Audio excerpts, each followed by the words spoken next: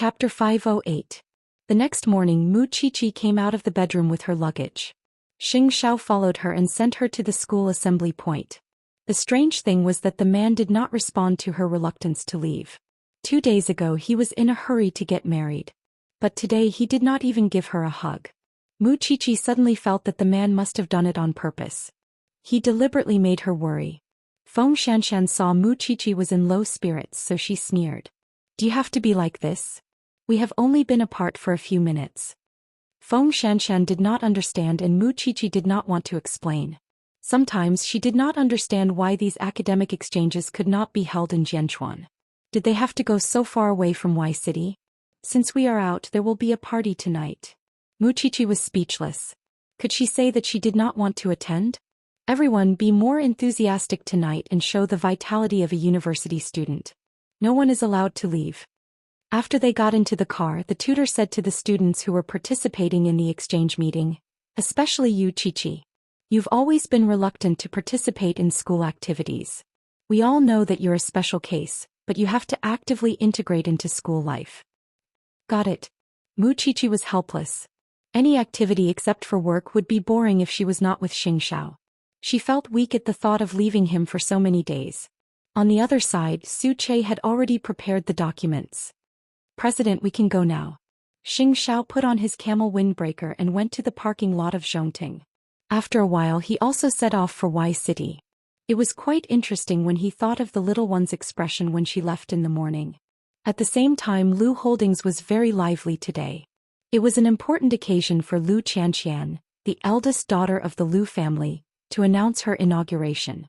The uncles of Lu Holdings expressed their strong dissatisfaction with Lu Qianxian. But they could not stop Lu Qianxian from taking the position. Because not only the people from Zhongting were present today, even Lin Mu, and was beside Lu Qianxian. He was on leave because of his injury, so he could attend Lu Qianxian's inauguration. The youngest uncle of the Lu family did not know how Lin Mu and dealt with the Lin family and made him lose the opportunity to form an alliance with Grandpa Lin. In this way he could not stop Lu Qianxian from becoming the chairman of Lu Holdings even if he did everything he could. This grand inauguration conference was held in a hotel owned by Lu Enterprises. At this time, Lu Qianxian was already wearing a black professional suit, looking energetic and experienced. In order not to let the inauguration ceremony be affected, Lin Mu and not only asked the female bodyguard to follow Lu Qianxian closely, but also arranged for a few people to restrict the movements of the Lu family's uncles. At 9 o'clock in the morning, the inauguration conference officially began. Looking at this silly little girl standing there, I feel like it's a joke, but there are so many people supporting her. He's Chairman Lu's only descendant, so it's only natural for him to inherit the Lu family. It would be strange if the uncles of the Lu family didn't eat her up. Just wait and see. There were quite a number of people below the stage who were not optimistic about Lu Qianxian. After all, she was just 20 years old and lacked experience. However, Lu Qianxian walked up to the stage and faced the applause. She stood on the MC's podium and faced the hundreds of shareholders and employees of Lu Holdings. She looked very calm.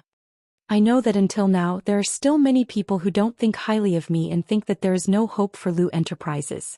They even think that I'm overestimating myself. How can a silly little girl shoulder the responsibility of a company and support such a big company? But I feel that I'm the only descendant of my father. If I'm not qualified to stand here, then who is? Who hasn't been young before? If you don't even give me a chance and think that I can't do it, I think that's pure prejudice. Today, I announce that I'm the new chairman of Lu Holdings. I need your help. I will continue to expand the territory on the basis of the original subsidiaries of Lu Holdings and continue to build the Lu Holdings kingdom. And the first thing I do today is to continue to deepen the employee welfare system and create a more comfortable working environment for the employees. The second thing is because of the big projects left by my father, I will hold a meeting with the shareholders in the next 2 days to discuss the results and continue to start. The third thing is to get rid of the parasites who are in their positions but don't seek for their jobs. I have a list in my hand and I will find time to talk to each of you. At the same time, I will give each department a week. If the situation of each department improves, then Lu Holdings will let bygones be bygones and hope to create a better future with all the employees. In private we are a family and everyone can be more casual. But in the company I am the chairman. No matter how old I am, I will be in this position. I hope to get the respect I deserve." They could not tell that this little girl had some tricks up her sleeve. The shareholders below the stage all showed a thoughtful look. She increased the employee welfare and stabilized the morale of the staff as soon as she came up. However, she also announced that she was going to reorganize the company and gave a warning to those who wanted to fish in troubled waters. It was also a show of strength. She had used both kindness and power, and it could be considered as a beautiful move. At least, this little girl was much better than what they had imagined. She didn't stutter, be nervous, or say random things without any topic at all. It seemed that the future of Lu Holdings was also full of infinite possibilities. Soon the audience burst into applause. Mama Lu and Lin Mu, and were the most gratified. However, at this moment the door of the venue was violently pushed open. A tall and thin man with glasses walked in. "Since today is the inauguration conference of the new chairman of Lu Enterprises, can the new chairman also give me an explanation on the spot?" "You are?" "I am the person in charge of Qiheng Electronics. I want to cancel the cooperation with you, but your board of directors has been delaying the time. When your chairman was alive I trusted him a lot. But now that he is gone I think there is no need for us to cooperate. After all, you are a little girl and it is beyond the risk assessment of our company. I am sorry. I am not deliberately looking for trouble with you on this day. It is just that we have communicated with Lu Holdings several times, but we have not come to an agreement. So I have no choice but to come here. If this was not looking for trouble, what was it?" If Lu Xianxia did not handle this matter well today, she was afraid that what she said just now would become a joke. Everyone looked at Lu Xianxia nervously. But Lu Xianxia looked very calm. "Other than me, is there any other reason why you want to terminate the cooperation?" Chapter 509. Then I think your company is really capricious. You want to cancel the cooperation just because I took office. Are you targeting me? Lu Xianxian refuted him directly. I have seen the case of the cooperation between Lu Holdings and you. The contract has been signed.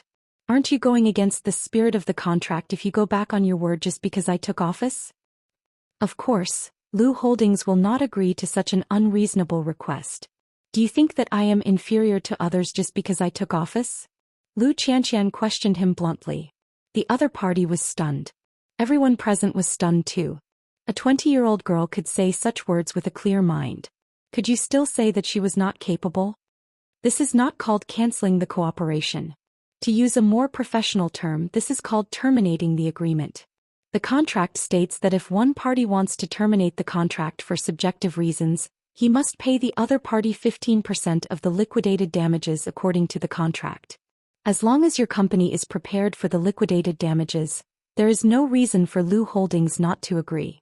After all, you are not the only electronics company in the country. It is not that we have no choice. After saying this, Lu Xianxian called the security guards. This is an internal meeting of Lu Holdings. Other than the invited people, not everyone can appear on such an occasion. I hope you will pay attention to the quality of your service. The expression of the person in charge of the security work changed when he heard Lu Xianxian's words. He quickly arranged for the security guards to ask the man to leave. After this battle, all the employees of Lu Holdings could see that this 20-year-old girl was not a paper tiger that would be easily defeated with a poke. And the man just now was not so much looking for trouble. It was better to say that he was looking for humiliation. In fact, Lu Xianxian Lin Mu and Lin Mu and knew that such an occasion could not be entered easily. But they did not know that this time, it was her uncles who came up with the idea and helped her a lot. She was worried that she could not find a chance to establish her prestige in front of the employees of Lu Holdings. In this case it couldn't be any better. Lin Mu and sat below the stage and read Lu Xianxian's lips. He smiled and said, "Sister, you are so fierce." Lu Xianxian smiled too. Then she continued to stand on the stage and carried out the press conference until the end. Seeing this, the uncles of Lu Corporation knew very well that it was too late. They could only hope for the future. However, when they realized that Lin Mu An's seat was right in front of them, they looked at each other at the same time. Lu Xianxian was born in the Lin family. Although she was at loggerheads with the Lin family now, she was still the blood of the Lin family. Once Grandpa Lin could not do anything to Lin Mu, then Lu Qianqian would become the daughter-in-law of the Lin family. Second, this person had a close relationship with Xiao of Zhongting. Ever since Papa Lu passed away, he had been active around her as Lu Qianqian's boyfriend. Wasn't he the one who created all the bodyguards and security equipment? It meant that with Lin Mu and around, it would not be easy to touch Lu Qianqian. Their faces did not look good, but Lu Qianqian did not mind. These people had ulterior motives and were always thinking about carving up the Lu Corporation. She would always find a chance to make these uncles scram. Soon Lu Qianqian left the stage and returned to Lin Mu An's side. Lin Mu and took the opportunity to hold her hand. His eyes were full of pride. From now on, I will be in charge of being as beautiful as a flower. You will be in charge of making money to support the family. Shameless. Lu Qianqian pinched the tender flesh of his hand. Did I do well just now? Don't you know how ugly your uncle's faces are? Lin Muan laughed. It will be a more dangerous path in the future. It will be full of difficulties and obstacles. You must hold my hand tightly. Don't lose it. I may not be able to give you a mountain of gold and silver, but I can give you the safety you want the most. That's enough. I can't exchange this sense of security for anything. Lin Muan was satisfied. He put Lu Qianqian's hand in his arms. Go back and rest early. I know you will have a series of meetings in the next 2 days. It was raining heavily in Y City. When Mu Qiqi and the others arrived at the hotel, it was already afternoon. But the sky was dark as if it was evening. Mu Qiqi and Feng Shanshan stayed in the same room. The others stayed on different floors of the hotel because they could not book the same room. This kind of weather is the most suitable for murderers. Feng Shanshan looked at the pouring rain outside and sighed. Are you still going to the social gathering in this kind of weather? The social gathering is not outdoors. What are you afraid of? Feng Shanshan raised her eyebrows. Are you that afraid of Xiao? He is not here. I am not afraid. Mu Qiqi was a little sad. You don't know how comfortable it is to sleep in a man's arms in this kind of weather. All right, clean up and go out for dinner. Lunch is provided by yourself. They changed their clothes in the room and went to the hotel's cafeteria. However, when the waiter saw her room number, he brought her and Feng Shanshan to a private room. I didn't expect this kind of treatment in school. Madam Xing, please enjoy. Mu Qiqi was stunned when she heard the words Madam Xing. The waiter clearly knew her identity. Could it be that the man arranged this? Feng Shanshan did not notice anything. How good was this treatment? But at that moment, a group of men walked past the door of the private room. They were all dressed in black. But she knew the man in the camel coat. Mu Qiqi got up and immediately chased after them. But she saw that the man went into the private room next door. But she also saw the man clearly. No wonder he looked indifferent when he went out in the morning. No wonder he was indifferent to her reluctance to leave. It turned out that he wanted to follow her. What a waste of her thinking and worrying about him. He was too much. Where did you go? Feng Shanshan asked curiously when she saw her go out halfway through her meal. I saw someone I know. You know someone in Y City too? Mu Qiqi cut the steak on her plate angrily. What about the room next door? Xiao was having a pleasant conversation with the person he wanted to meet. I have heard a lot about you, Chief Xing. You live up to your reputation. The man said to Xiao politely. I called Zhongting 2 days ago. The secretary's office replied that someone would come to talk to us. I didn't expect Chief Xing to come in person. I have some personal matters to deal with, so I came in person. Xiao's posture was casual and his eyes were half closed. But this hotel is only a 4-star hotel. We have arranged a 5-star hotel for you. It will be more comfortable for you. Chapter 5:10. If that's the case, we shouldn't force you. What would happen to the little one if he went to stay in a 5-star hotel? Xiao did not say anything else. He just smiled and asked the waiter to send something to the little one in the next room. Feng Shanshan was stunned when she saw it. Room card? Don't you have it? You used to be very smart and always fight with me. Why are you so stupid all of a sudden? Mu Qiqi put away the room card and glared at Feng Shanshan. Feng Shanshan froze for a moment and looked surprised. No way. Mu Qiqi, I didn't know that you have the guts to look for another man behind the crown prince's back. Mu Qiqi rolled her eyes and told her, why don't you go next door and take a look? Xianxia went out of the private room suspiciously. Then she came back after a while. I finally know why we have a private room when the other students have a normal meal. Heh. So I was the only one who slept that night? Xianxia was in a good mood when she thought of that. But you have to come back tomorrow morning. I want to have a better meal. It's rare for me to come out. There are no dead bodies, no maggots and no giants. I want to enjoy myself. But what about you tonight? Qiqi shrugged. She still had to attend what she had to attend.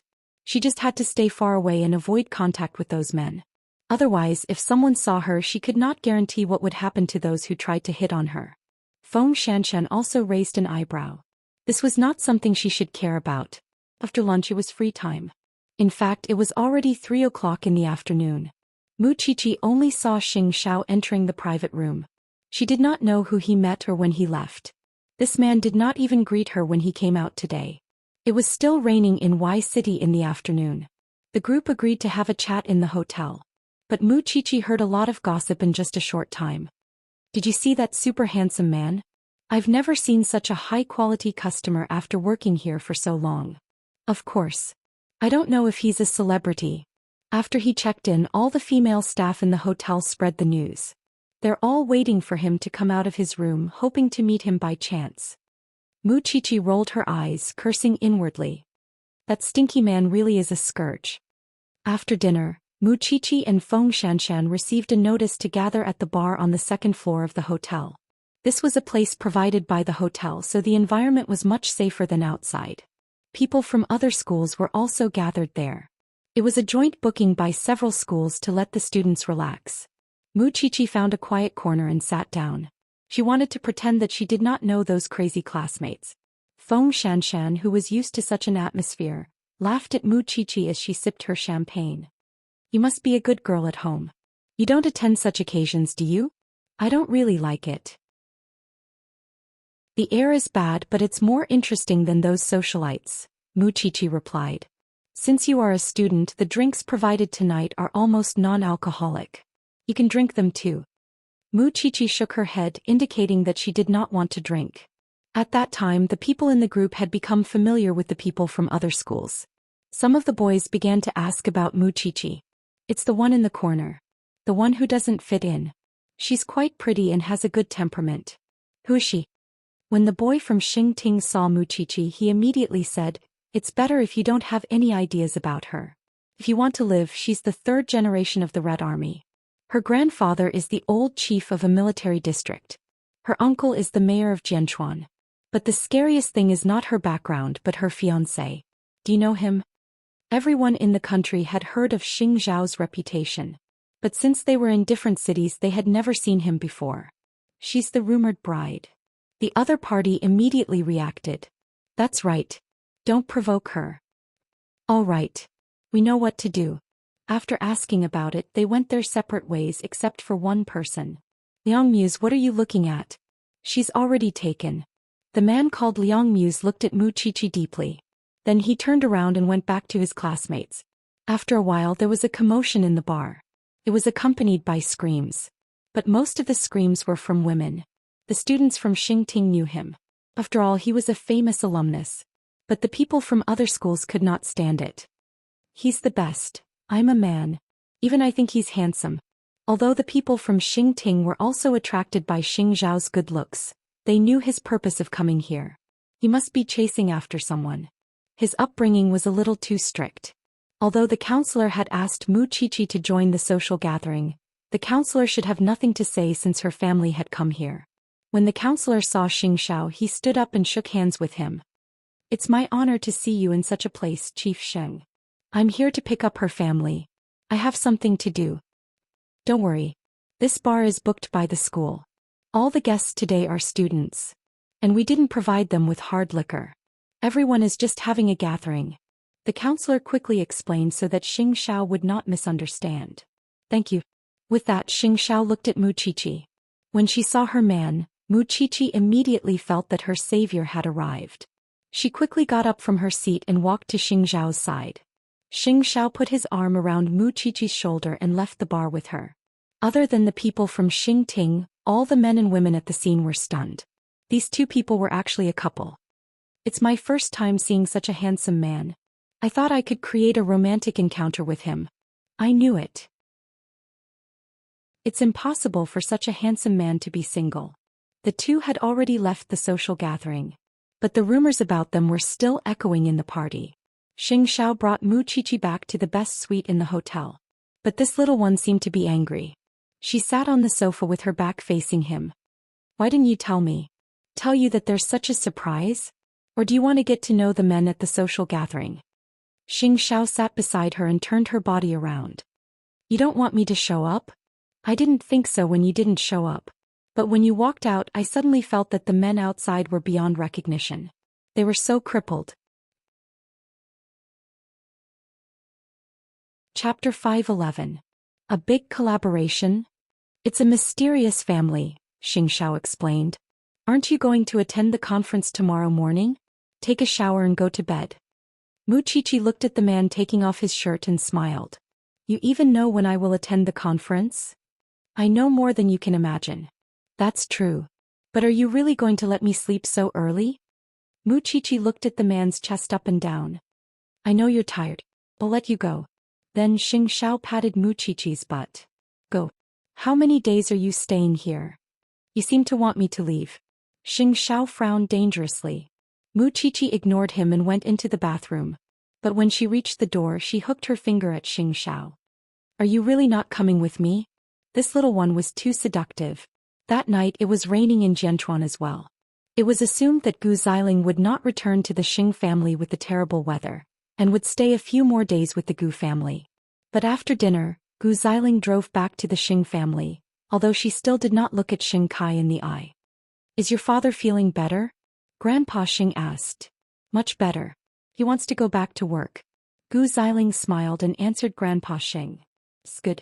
I'll ask the butler to send some good herbs to your father later. I hope he can recover as soon as possible. Thank you, Grandpa.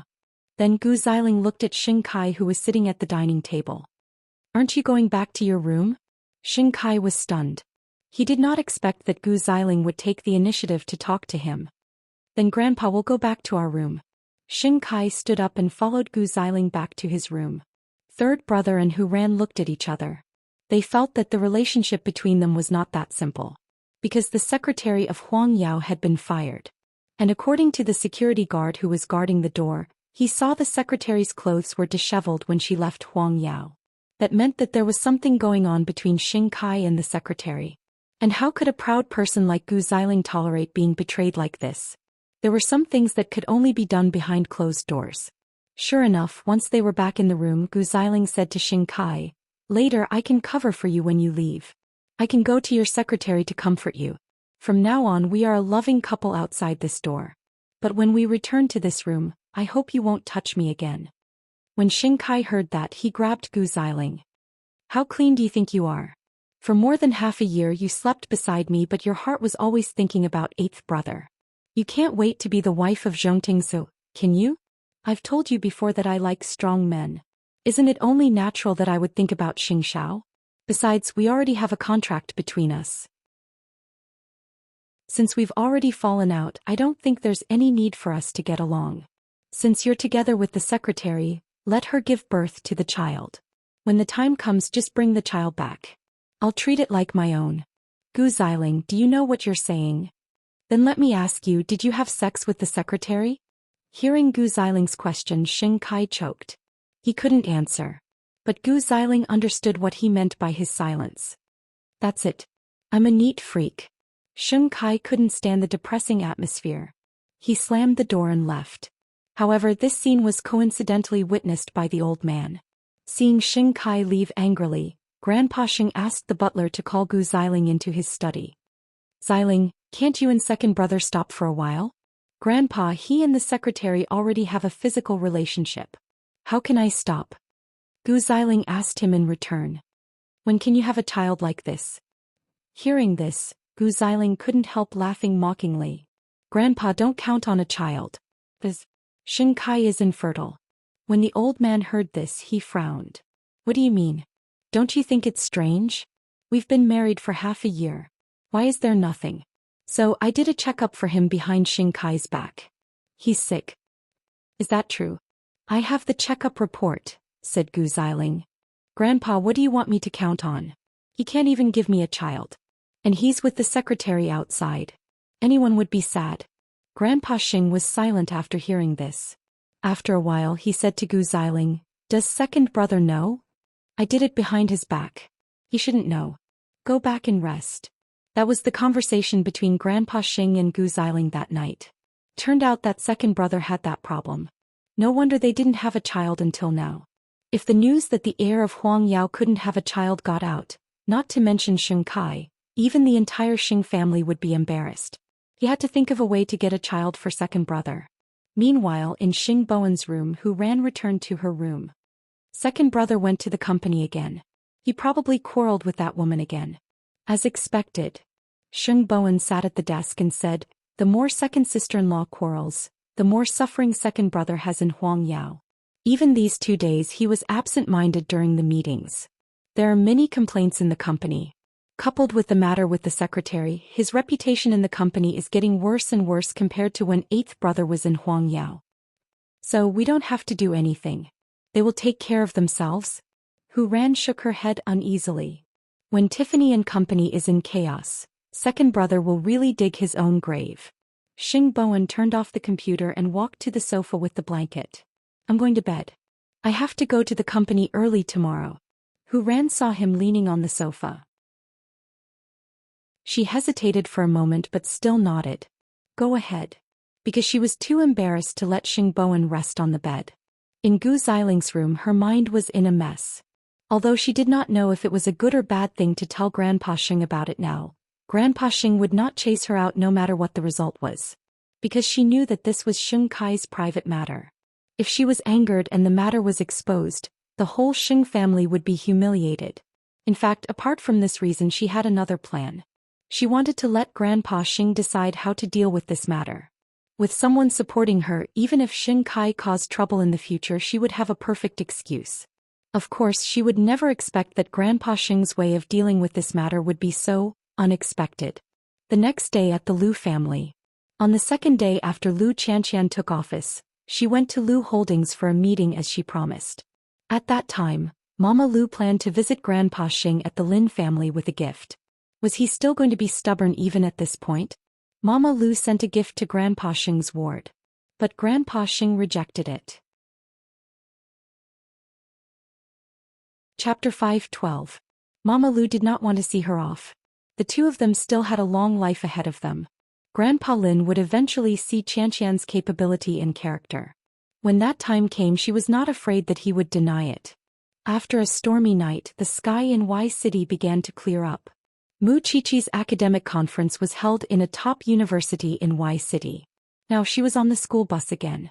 She was going to attend the conference with her group. Xing Zhao's appearance last night had shocked everyone. So when they saw Mu Qiqi today they could not help but laugh at her. It's just a few days. Why are you bringing your family? He has something to do, Mu Qiqi quickly answered. It's just a coincidence. Soon the bus arrived at the university. Mu Qiqi and her group got off the bus. At the same time, students from other universities arrived one after another. Feng Xianshan saw one of the boys. She leaned on Mu Qiqi's arm and said, You were not here last night. So I heard some gossip. So that boy is the second son of a mysterious family in Y City. I heard that his elder brother spoils his younger brother very much. He is very scary. He would grant all his requests since he was young. Xing Xiao told her last night that he was going to meet someone from a mysterious family. He hoped that it was not the same family. So, are you interested? I'm interested. But I need him to like me. Feng Xianshan shook her head. Moreover, once bitten, twice shy.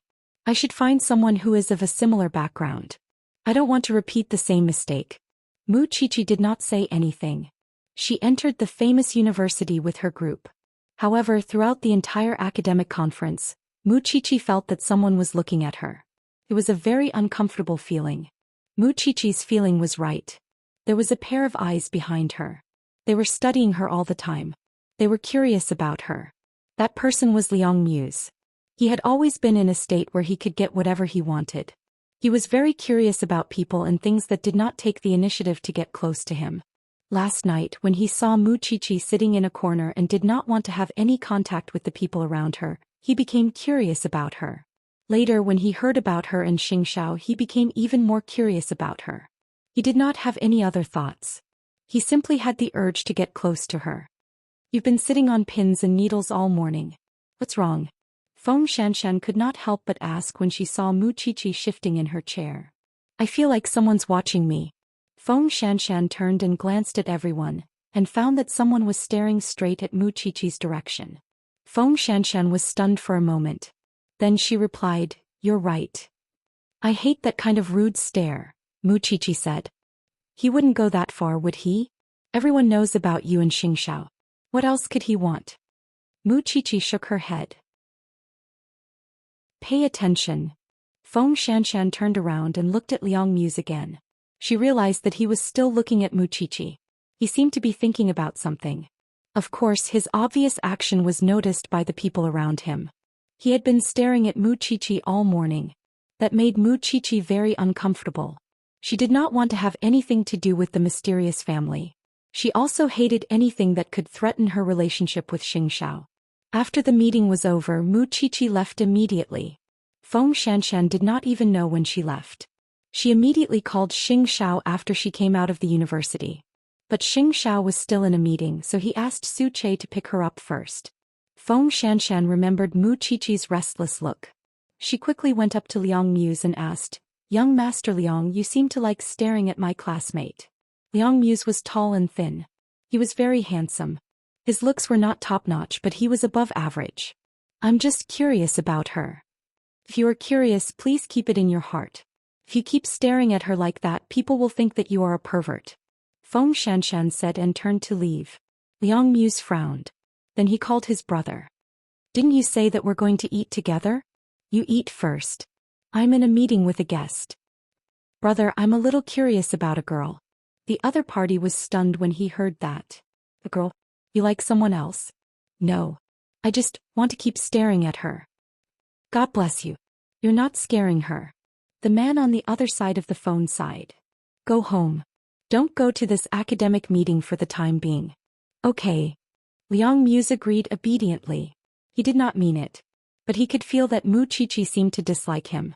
Since his brother told him not to go to the academic meeting, he would go home. Liang Muse's brother hung up the phone and apologized to Xianxia. "I have a troublesome brother. I'm sorry to let Chief Xing laugh at me. Is your brother participating in the academic meeting too?" "I've asked him to go home. He's a little paranoid." Xianxia did not say anything. The two of them continued reading their contracts and documents. Then they signed the contract. "I hope we can work well together in the future." Xianxia got up from the sofa and shook hands with the other party. "It's my honor to work with Boya. You're too polite, Chief Xing. I heard that your fiancé is also participating in the academic meeting. I hope we can have a meal together when we have time. Let us be the host." "Sure." In just one morning, Xianxia had completed 3 days' worth of work for the deputy CEO. But the little one would have to stay here for 4 days. If he knew this, he would have taken his time. Soon Xianxia returned to the hotel. But when he saw the little one in the room, he heard her complaining. "There's a pervert staring at me for the whole morning. I can't stand it." Suddenly, the conversation between the Liang family and his brother flashed in Xingzhao's mind. "The Liang family? How did you know?" Mu Qiqi was shocked. "How did you find out about this?" "No. I had a meeting with his brother in the morning. I heard them talking on the phone." Xingxiao grabbed the little one and put her on his lap. "Why are you so uneasy?" "I think I'm suffering from a disease. I'm afraid that you'll get angry when people provoke me." "You care too much about my feelings." Xingxiao could not help but pinch her nose. "Other women are busy with their vanity. You really don't play by the rules. You're so careful. I haven't even felt the danger, but you're already worried for me." Mu Qiqi was quiet for a moment. She did not say anything. But what she said next shocked Xingxiao. Chapter 513. Xingxiao looked at Mu Qiqi for a while. Then he nudged her head. "How do you know that people like you when they stare at you? Didn't I learn to be narcissistic from you?" Mu Qiqi suddenly laughed. "I will send you to school in the afternoon." Mu Qiqi nodded. Although she did not know what Xianxia was planning, she did not care about it since she had handed it over to him. After dinner, Xianxia personally sent Mu Qiqi to school at 2:30 in the afternoon. But to Mu Qiqi's surprise, the second young master of the Liang family was absent. Then Xianxia received a call from the Liang family. Chief Xing, if you haven't left Y City, can we have a gathering in the afternoon? Xianxia glanced at his watch and asked in return, where? If it was for business in the morning, it should be for personal matters in the afternoon. Although he did not think that anyone would be interested in Xiaoqi, he still wanted to know what the other party was thinking. Mu Qiqi did not know what Xianxia did or when he left. She only knew that without the man surnamed Liang, she was much more at ease in the afternoon. Feng Shanshan took the opportunity to go out and answer a call. When she returned to the classroom, she said to Mu Qiqi, "There is a big case in Jianchuan. The professor asked when we will go back and help him. Aren't there many forensic doctors around? This case is not a small matter. We might need your help. But we have no choice. We can't leave halfway." Mu Qiqi was deep in thought. Then she continued to focus on the academic conference. On the other hand, Xianxia arrived at the place that the Liang family had arranged. It was a famous Sky Garden hotel in Y City. "I'm sorry to make you come here again, Chief Sheng. You know that the girl your brother has been staring at is my fiancée, right?" Xianxia sat down in front of Liang Mai and answered directly, "Since you want to meet me, do you want to tell me something? My brother doesn't mean any harm. He knows that he has crossed the line. He has withdrawn from the academic conference in the afternoon," said Liang Mai as he made tea for Xianxia. "I hope you don't mind. If you just want to explain, we can solve it over the phone. I want to invite President Xing and your wife to visit the Liang family. My brother just wants to be friends with your wife, but he's not good with words and doesn't know how to express himself. I've spoiled him." Liang Mai explained, "The situation of the Liang family is very complicated. Chief Xing, you know that for the past 100 years, we have rarely announced it to the outside world. That's why we are called a mysterious family. My brother is an eccentric. He rarely has anything that he likes. But as long as it's something he likes, I will try my best to get it for him. So, the next thing your brother wants is..." Xing Zhao's tone was cold and dangerous. "No, Xiao Xing, you've really misunderstood. He wants to acknowledge your wife as his godsister. To be honest, there are no women in the Liang family. Whether it's our mother or our sisters, they all died young. Perhaps it's because of this that when he saw your wife, he felt that she was very compatible." Xiao did not want to understand. He could not understand what the Liang brothers were doing. Although they were in a cooperative relationship, he did not want to get involved in any personal matters, especially when it involved his little one. Liang Mai might have noticed Zhao's indifference, so he quickly explained, "It's okay. I know my request is very presumptuous and difficult to accept. Maybe in the future. If we are fated to meet again, we will talk again. Also, if your family has any illness that is difficult to cure, you can call me. We have a good doctor in the Liang family." The Liang brothers were very strange. Perhaps there were many secrets hidden in the mysterious family. But Xiao was not interested in them. "Thank you in advance. If there's a chance, I must see the medical skills of the Liang family." Xiao did not reject Liang Mai. He answered politely and gave him a way out. After all, there was indeed a shortage of doctors in his network of connections. "I'm really sorry for scaring your wife. Then I hope you can control your brother well, Chief Liang." At night, in the hotel room, Xiao told Mu Qiqi the news. Mu Qiqi thought that the Liang family was really strange. Did they want to take someone as their sister just because they caught them? In that case, second young Master Liang must have many godsisters. "I will go back to Jianchuan tomorrow. Be careful in the next few days. Actually, I want to go back too. The professor called me and said that there is a big case and he needs help now. Don't forget your identity." Xiao reminded the little one. She was only a sophomore. "There will be many big cases in the future. You should enjoy the campus life now." "Got it." Mu Qiqi hugged Xiao and bumped her head against him. "I will be serious in the exchange meeting. I won't cause trouble for you. If you see second young Master Liang again, try to avoid him. No matter what the brother's purpose is, Zhongting will handle it. It's not something you should ask." Mu Qiqi nodded firmly. Not only Mu Qiqi but Xiao also asked Su Che to stay, because he would not believe a word of what Liang Mai said.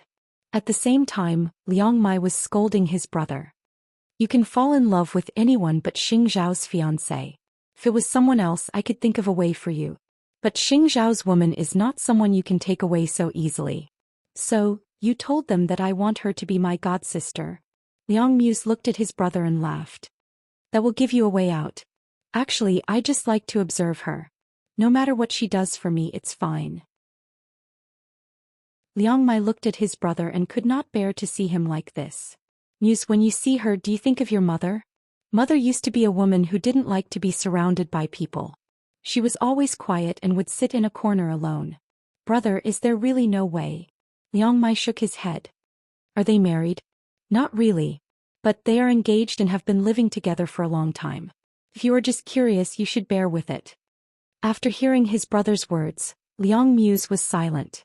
Even Liang Mai did not know what his brother was thinking. He was always troubled. If Liang Muse was interested in something, everything would be easy. But he was afraid that he was interested in someone else's wife, a married woman. Chapter 5:14. In the next 2 days, Liang Muse did not show up at school. Mu Qiqi could finally heave a sigh of relief. She was not afraid of anything else. She was just afraid of trouble. The two brothers of the Liang family did not look like normal people no matter how she looked at them. No wonder they were called the mysterious family. It would be best if she did not have to see them. We were supposed to return tomorrow, but the professor asked us to go back to Jianchuan first. Let's say goodbye to the team first, Feng Xianxian said to Mu Qiqi. Feng Xianxian said to Mu Qiqi. She could tell that Mu Qiqi did not like interacting with the people in the group. You don't like any rich husband? Sco. It's more important to go back and investigate the case. Mu Qiqi nodded. Then she packed her luggage with Feng Xianxian. Someone in the same team could not help but say sarcastically, in the end she is the one that the professor likes. She is different from us ordinary students. Didn't Feng Xianxian hate Mu Qiqi before? Now you know how to suck up to her.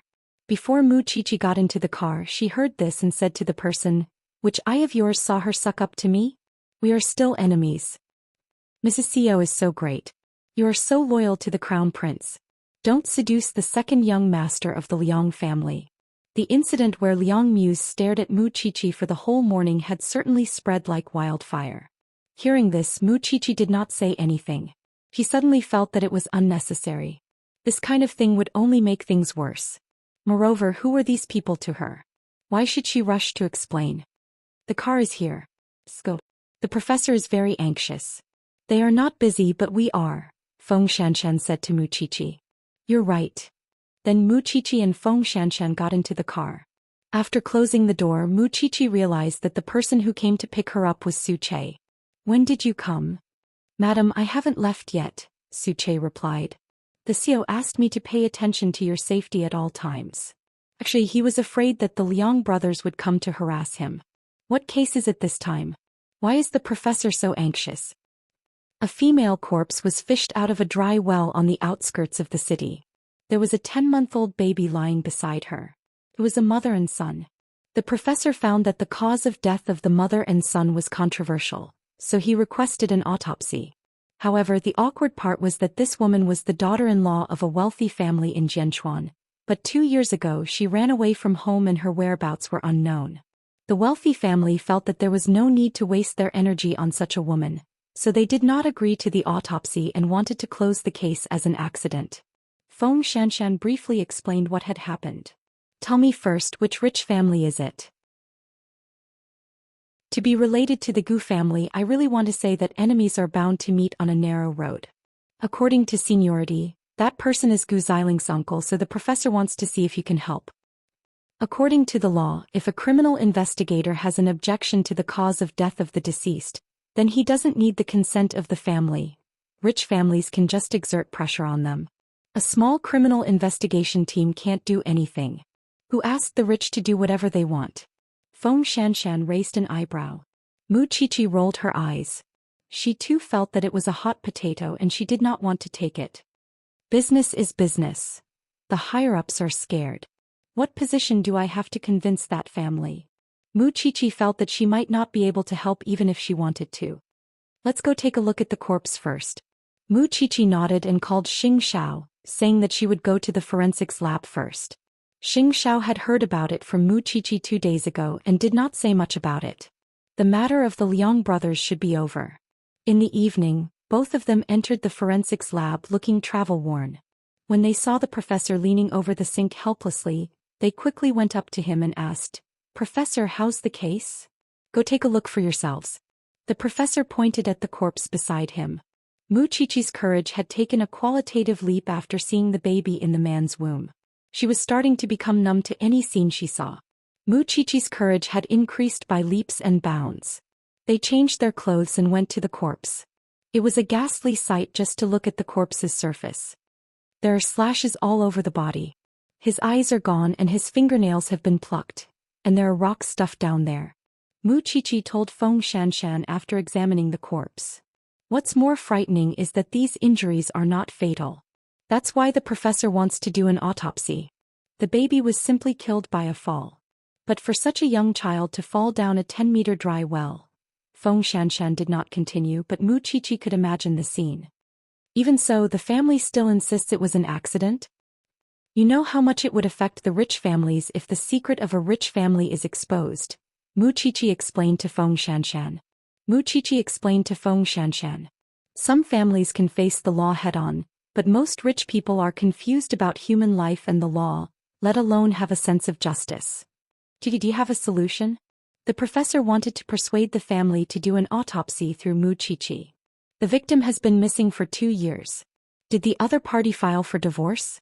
If it's a divorce case, the family's consent would not be needed and things would be much easier. Professor, it's not that I don't want to help, but I have nothing to do with the Xing family anymore. Moreover, I have a grudge with the Gu family. My help might not be as effective as the other police. The professor nodded. You're right. Then let the young masters check the relationship between the victim and her husband. Professor, what about the lover? So far we haven't found any valuable clues at the woman's place. Mu Qiqi nodded and looked at the miserable mother and son.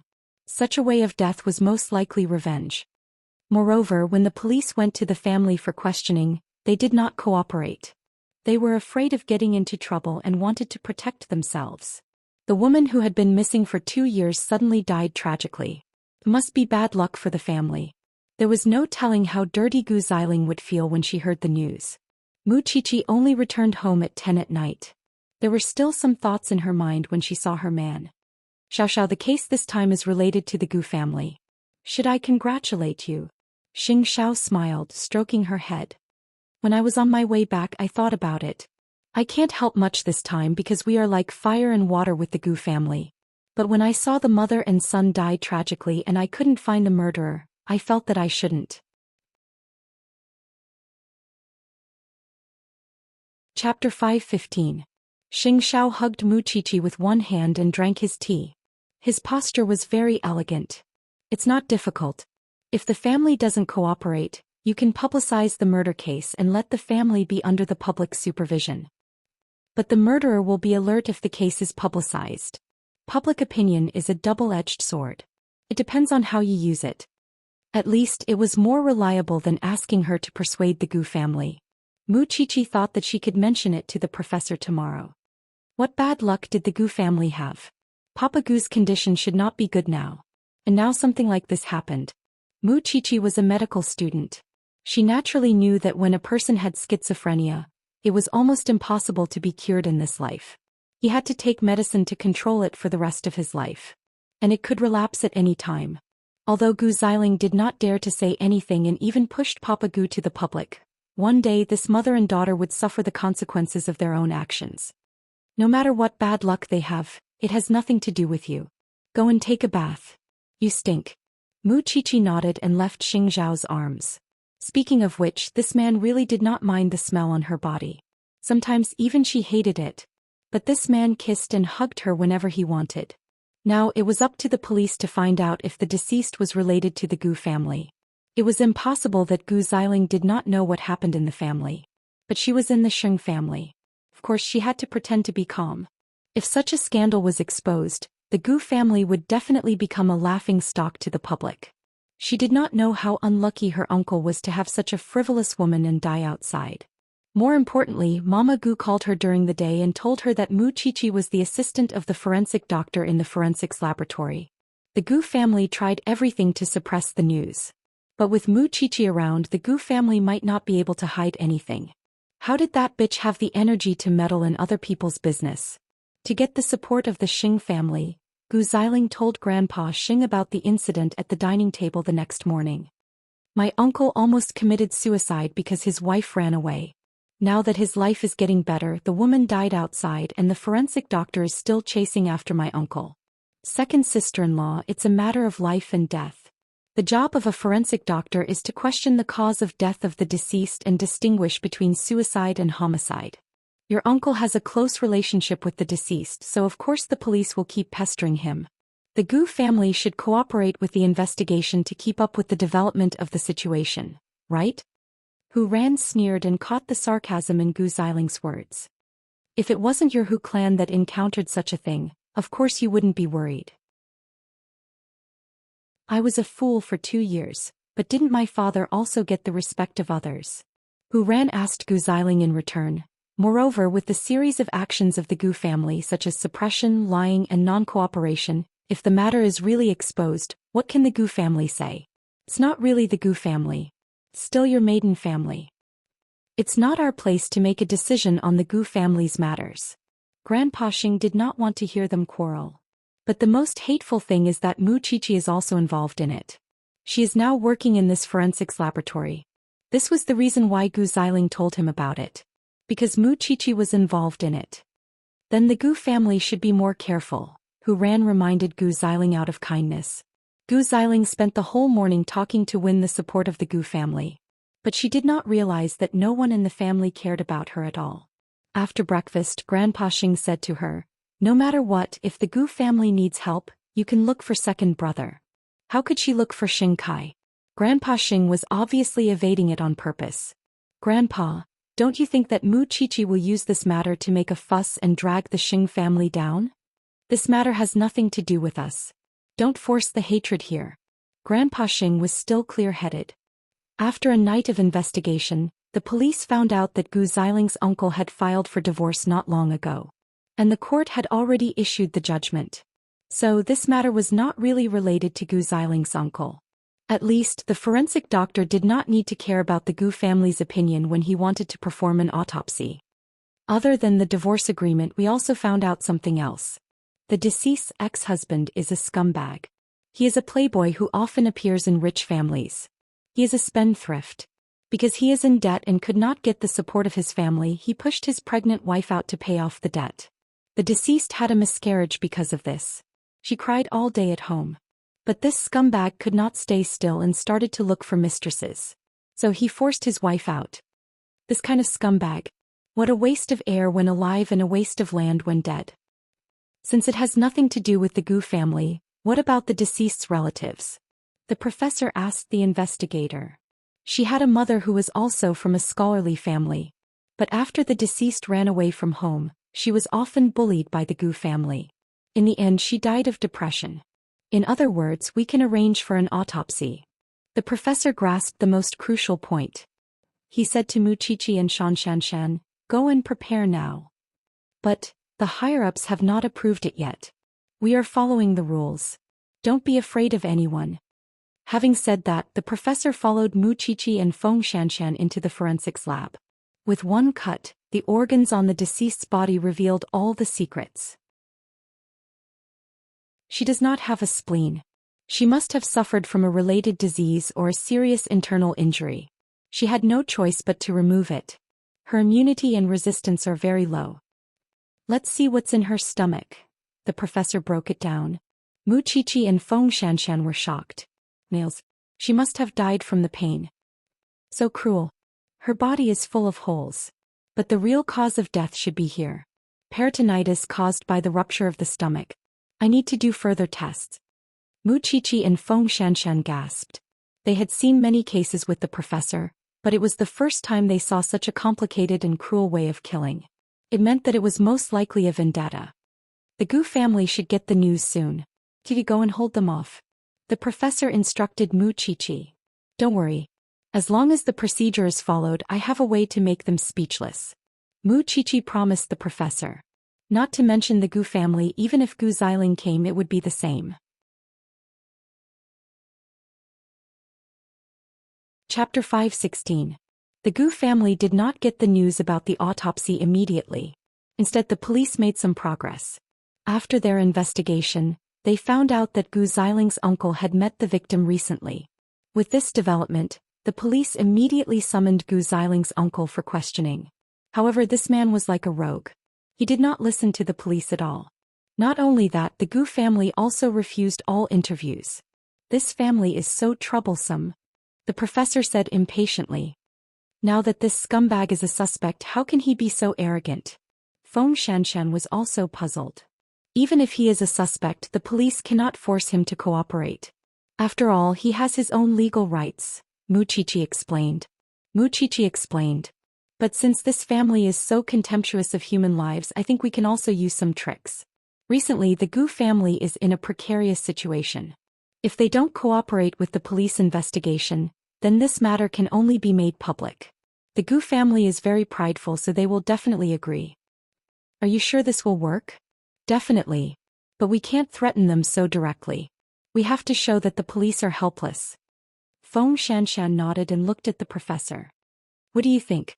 I will try with the captain. Then the professor got up and went to the police officer's office. After a while he came back. They have already done it. This method was definitely feasible. After all, the Gu family had to care about their reputation. For the sake of the big picture, Mama Gu had to hand over her brother. After all, she could not drag the whole family down because of her troublemaking brother. But she could not ignore her brother. So she called Gu Xiling and asked her to handle the matter of her uncle.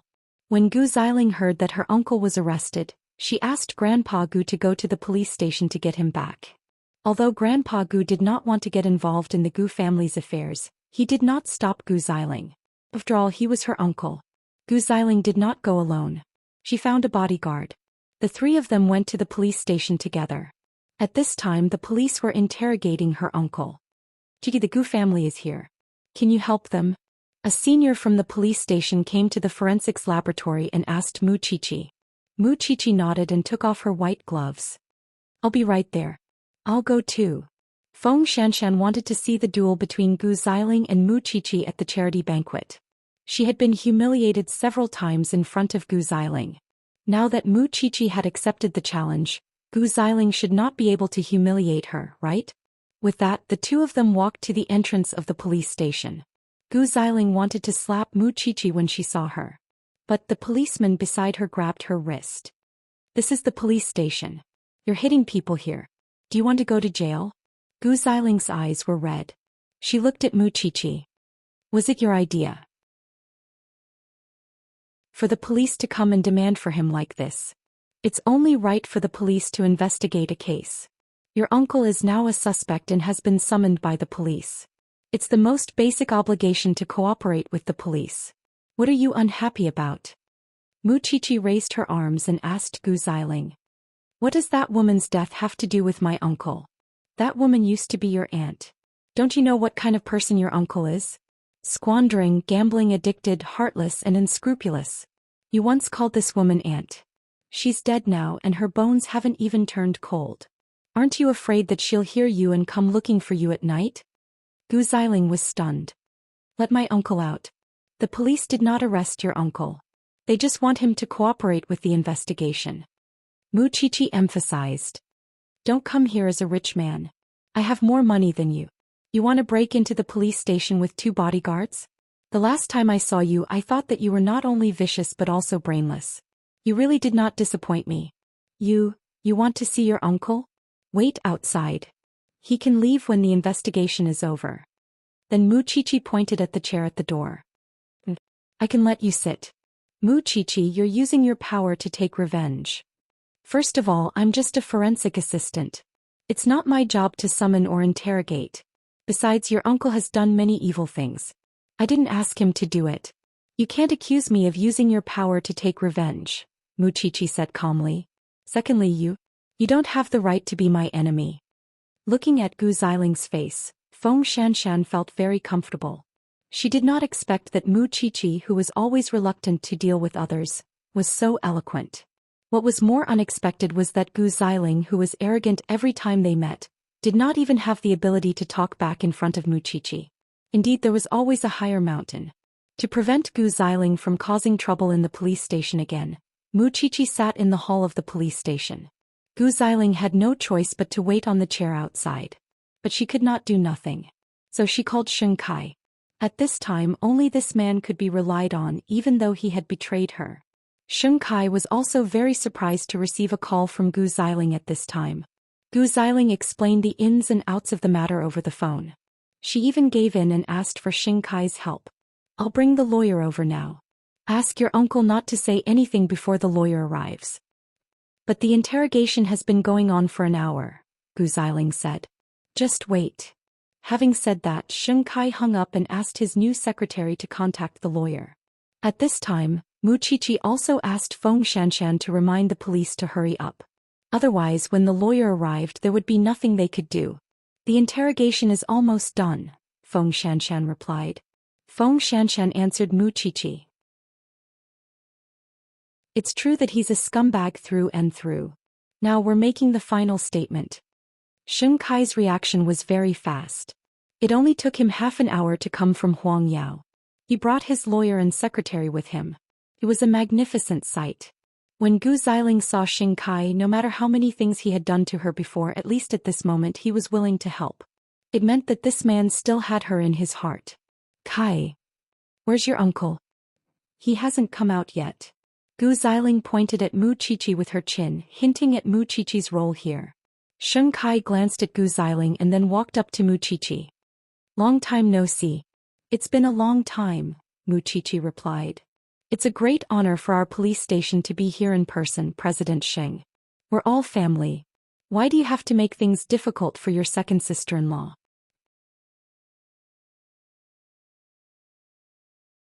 Chapter 517. Xianxia was stunned. Then he looked at Mu Qiqi with a complicated expression. But before Xianxia could say anything else, Gu Xiling's uncle walked out of the interrogation room with the police. "Uncle, are you all right?" The man shook his head, but he was still scolding. "You don't want to arrest the real murderer. Instead, you arrest the good citizens for questioning. That's how you do things." Gu Xiling supported the man and did not say anything. But Xianxia stood up for his wife again. "If you want to summon the Gu family in the future, contact my lawyer first." Mu Qiqi laughed after hearing that. Then she replied, "Chief Xing, I'm afraid you don't know the seriousness of this matter. The victim died a tragic death. The murderer is extremely evil. The Gu family must cooperate with the investigation. Otherwise, when the truth is revealed, all the big families will suffer. By then, no one will be able to save your reputation. You don't have to worry about that. I thought you could share some of the burden with your second sister-in-law. I didn't expect. Chief Xing, there's no point in pretending." Then Mu Qiqi turned around and went back to the forensics laboratory with Feng Xianxian. "Kai, you've seen how arrogant Mu Qiqi is." Xianxia did not say anything else. He only said to Gu Xiling, "We'll talk when we get back." Mu Qiqi watched them leave. Then she asked the professor, "What's the result?" This scumbag denied everything. He did not admit that he saw the victim. Although the police have a witness, they can't do anything without any evidence, explained the professor. If he's covering it up like this, doesn't that prove that there's something wrong with him? He did not cooperate and brought a lot of trouble to the investigators. But it can't be helped. Without him, the police will still solve the case. Let's wait and see. If we can't get anything out of him today, it will be very difficult to summon him in the future. If the Xing family gets involved, it will be even more difficult. If the Xing family gets involved, it will be the same as bringing trouble to themselves. Xianxia can do that, but Grandpa Xing will never make such a low-level mistake. So don't worry. Mu Qiqi crossed her arms and answered the professor confidently. She knew better than anyone else how much Grandpa Xing valued profit. "Qiqi, from the looks of it, you don't have the aura of a rich person at all. Just like the appearance of that woman just now and then the appearance of that man later on, a lawyer, a secretary and a bodyguard. These are all standard equipment. I don't think you've ever put on such airs before. I am different. Rich people are all the same. But I have an interesting soul." This is the first time I've seen you and Gu Xiling at each other's throats. But I should say that your strength is overwhelming. Gu Xiling couldn't even retort. Feng Xianxian expressed her admiration for Mu Qiqi. Of course it was only for once. I Mu Qiqi. I is I. I, Yu Xing, I Xing Xing Feng Xing. Xing Feng Feng. I He Kai Xing Feng. Su Qiqi Gu. Gu Kai is. Feng. Xing. Qi Xing. Xing Gu. Secondly, Gu Xiling wants her husband's help, but Grandpa Xing will definitely let Xing Kai stay out of it. Then the family will fight among themselves. Thirdly, Gu Xiling's tricks are a little low-level in my opinion. She is too arrogant and can't lower herself to act. Her level is not even as good as... Not as good as who? Mu Qiqi wanted to mention Mu Tongxue, but she felt that it was unnecessary to mention her. Anyway, things are not as complicated as you think. As long as you threaten the Gu family with what I said before, they will cooperate. The professor nodded. Only then did he acknowledge Mu Qiqi's identity as a rich person. Now you sound more like it. But it was a pity for the mother and son who died tragically. Although that scumbag of the Gu family is really a scumbag, my intuition tells me that it was not that man who did it. Feng Xianxian nodded. That man is hot-tempered. I believe he slashed people. But pulling out nails, stuffing stones under the body, or putting nails in the dead doesn't fit his character. But he must have some clues. Mu Qiqi thought about it. At night, Mu Qiqi dragged her tired body back home. She fell into Xing Zhao's arms. Although Xing Zhao smelled the scent on her body, he did not push her away. Is there any progress? Gu Xiling and the Crown Prince really came to the police station to make trouble.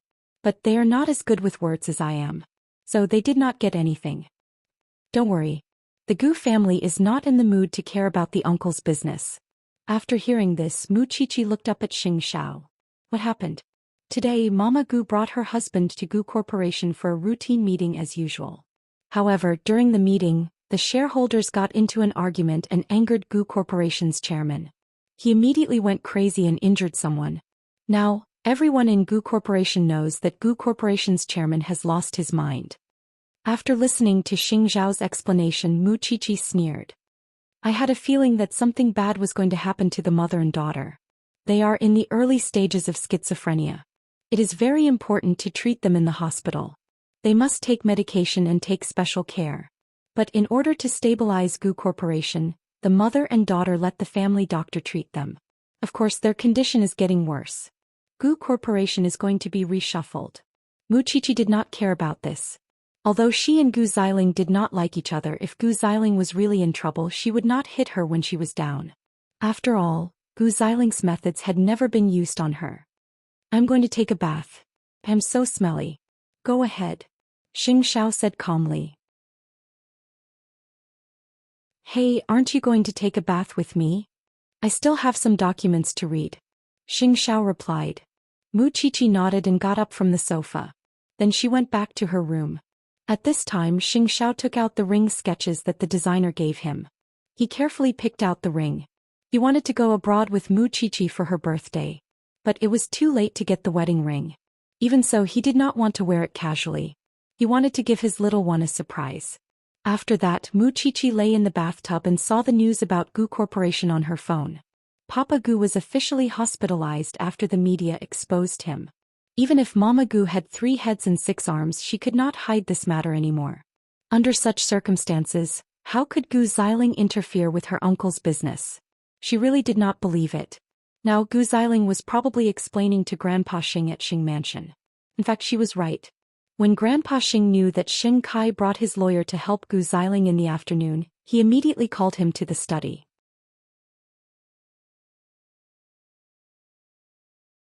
Chapter 518. Grandpa Xiling is my wife after all. I can't just sit back and do nothing. She's the daughter-in-law of the Xing family now. She shouldn't get involved with her maiden family. You've seen it for yourself. The Gu family is in turmoil this time. Everyone in Jianchuan knows that her father has gone mad. We don't know how the Gu family will be reshuffled next. Let's forget about what happened today. But don't do it again. Grandpa Xing reminded Xing Kai firmly. Xing Kai knew that although Grandpa Xing was ruthless, it was the most realistic situation now. If the Xing family tried to help, Huang Yao would have to pay a heavy price. In the living room, Gu Xiling and Hu Ran had already started arguing. You are the same as Mu Qiqi. You want the Gu family to go bankrupt, don't you? You don't respect me at all. I don't want to argue with you. But let me tell you the truth, second sister-in-law. With the current situation of the Gu family, even the servants will not respect you, let alone me. Do you think Grandpa will help you? At this time Xing Bowen was not home yet. But because Hu Ran did not greet Gu Xiling when she came home, she vented her anger on Hu Ran. I am still your second sister-in-law and Xing Kai's wife. I can't help it if you want to comfort yourself. Having said that, Hu Ran turned around and was about to go back to her room. But Xing Kai walked out of Grandpa Xing's room and said to Hu Ran, apologize to your second sister-in-law. Why? You are still adding insult to injury when the family is in trouble. Is that what you deserve? Xing Kai made things difficult for Hu Ran to protect Gu Xiling's position in the Xing family. Third sister-in-law, you'd better show some respect to Xiling in the future. No matter what, she is still my wife and your second sister-in-law. I won't apologize. Having said that, Hu Ran turned around and left. But Gu Xiling grabbed Hu Ran's arm and slapped her because she had Xing Kai's support. Everyone in the living room, including Xing Kai, was shocked when they heard the slap. I can't hit Mu Qiqi, but I can teach you a lesson. Hu Ran covered her face and was about to step forward when Xing Bowen, who had just entered the house, stopped her. Xiao Ran. Hu Ran turned around and looked at Xing Bowen in disbelief. She thought that Xing Bowen was going to stop her. However, Xing Bowen stepped forward and gave her 2 tight slaps on her cheeks before she could speak. This is the first time I hit a woman in my life. I dedicate it to you, second sister-in-law. Xing Bowen said coldly, when I'm not around, you two joined forces to bully Xiao Ran, right? Do you think I'm dead? Gu Xiling's eyes were red. She wanted to retaliate, but old Xing stopped her. Sup all of you. What a scandal. The 4 of them did not speak again, and old Master Xing ordered them, aren't you going back to your rooms? Although Xing Bowen had helped her vent her anger, Hu Ran still pointed at Gu Xiling and said, I want to see the Gu family go bankrupt. I want to see how you can still act so arrogantly when that time comes. Just wait and see. The 2 couples went back to their rooms and the 2 women sat on the bed angrily. Xing Bowen saw that Hu Ran's cheeks were a little swollen, so he quickly got an ice cube and passed it to Hu Ran. Stay 2 meters away from that woman from now on. Otherwise she will hit you easily. Her father is crazy and she might have the same genes. Don't hurt yourself just because you are angry. Thinking of the 2 slaps from third brother, Hu Ran was not that angry anymore. Is this your first time hitting a woman? Yes, said third brother.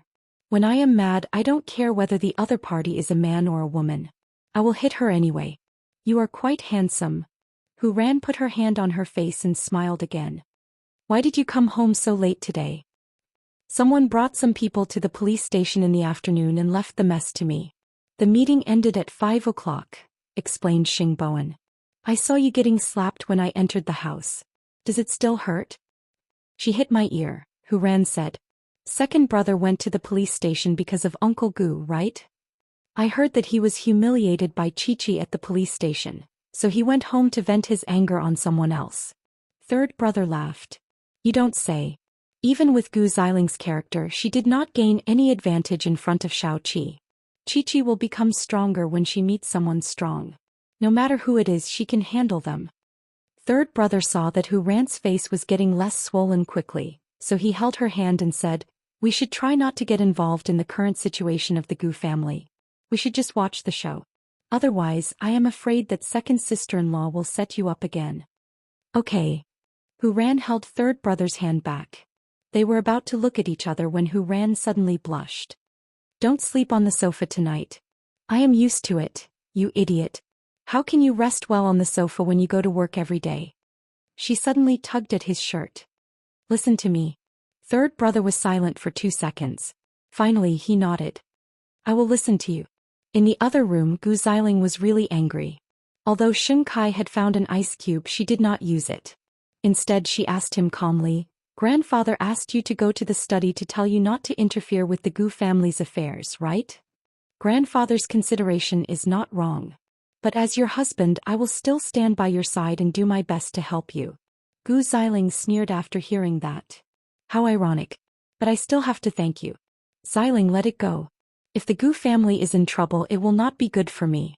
If we continue to fight, this family may really break up. Gu Xiling was still disgusted by the fact that he slept with the secretary. But now it was a critical moment. She had no choice. All right.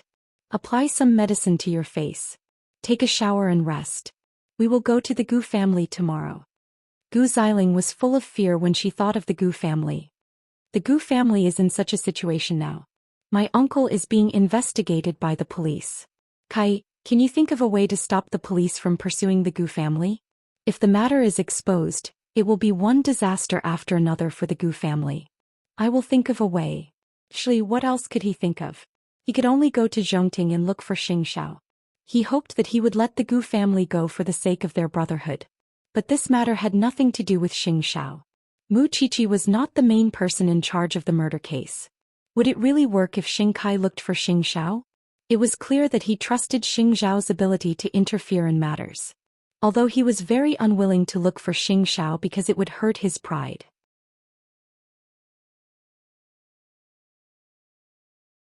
Chapter 519. The next morning, Zhongting's secretary received a call from Huang Yao. Xing Kai wanted to meet Xianxia. The secretary knocked on Xing Zhao's office door and asked, "President, are you willing to meet him? If you don't want to meet the Xing family, I can decline on your behalf." Xianxia did not even look up. He was focused on his own matters. He naturally squeezed out 2 words from between his teeth. "I won't meet him." Xianxia did not even look up. He was focused on his own matters. He naturally squeezed out 2 words from between his teeth. "I won't meet him." He could not wait to go home to see his little one. He did not want to meet those irrelevant people. "I understand, President." The secretary closed the door and looked at Xing Zhao's schedule. Only then did he arrange an unimportant time for Xing Kai to meet him. Of course, if Xing Kai wanted to meet him, he would not move a single step away. If Xing Kai had something to ask, he would have to meet him himself. Huang Yao's new secretary answered Xing Kai. "Zhongting gave you a time from 1 to 2 in the afternoon. But you have a meeting at that time, President. Postpone it."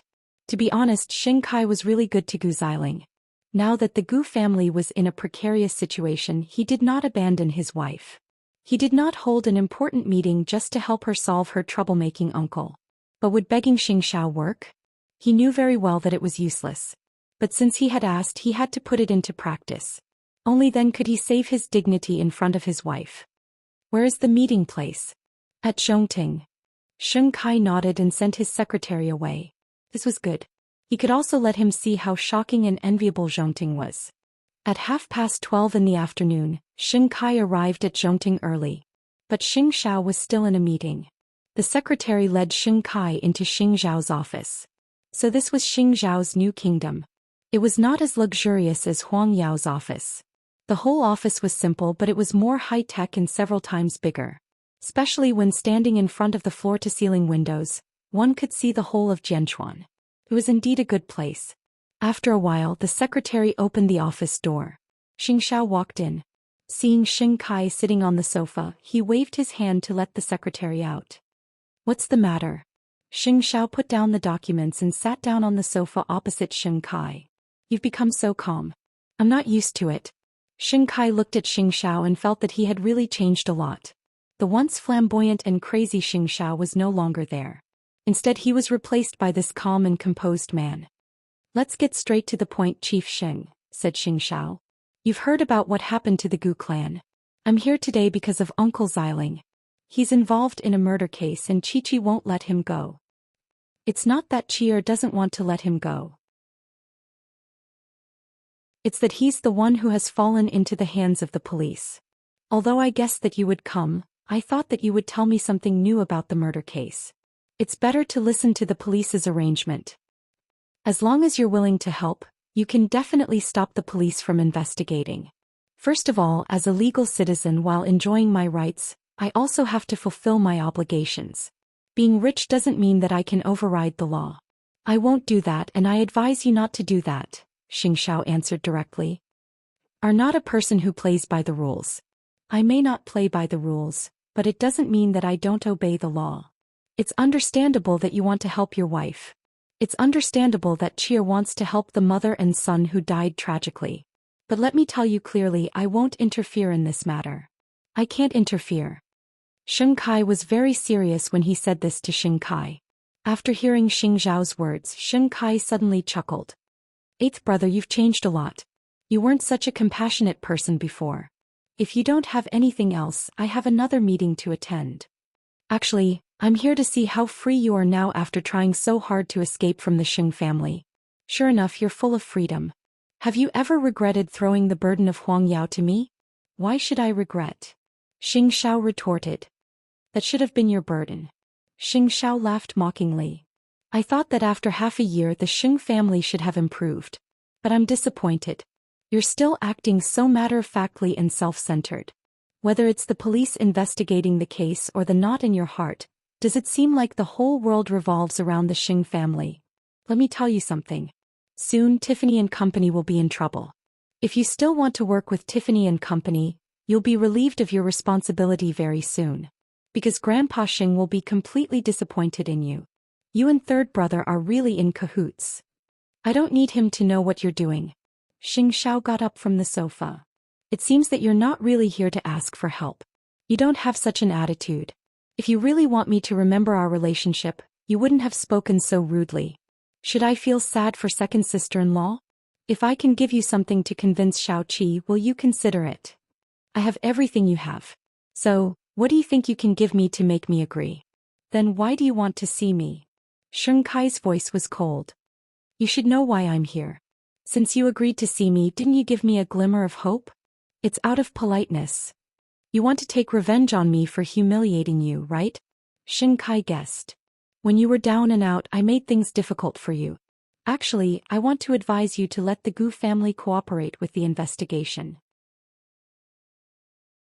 Otherwise, once the case is exposed, the whole Gu family will be involved in a scandal. It'll be even scarier than now. Alright, I've already seen your office. I appreciate your kindness, but I really shouldn't have wasted my time here. Having said that, Xing Kai got up from the sofa. Because he thought that he could beg Xing Xiao and put in a good word for him. But when he saw that Xing Xiao was more outstanding than him, his self-esteem started to go crazy again. He clearly had something to ask of Xing Xiao. But in the end it became a tit-for-tat between him and Xing Xiao. However, since he had put it this way, Xing Kai was not afraid of going overboard. It's fine if you don't want to do it. But if I do it, I won't hold back. If little sister-in-law is hurt, don't blame me for not warning you. You can try.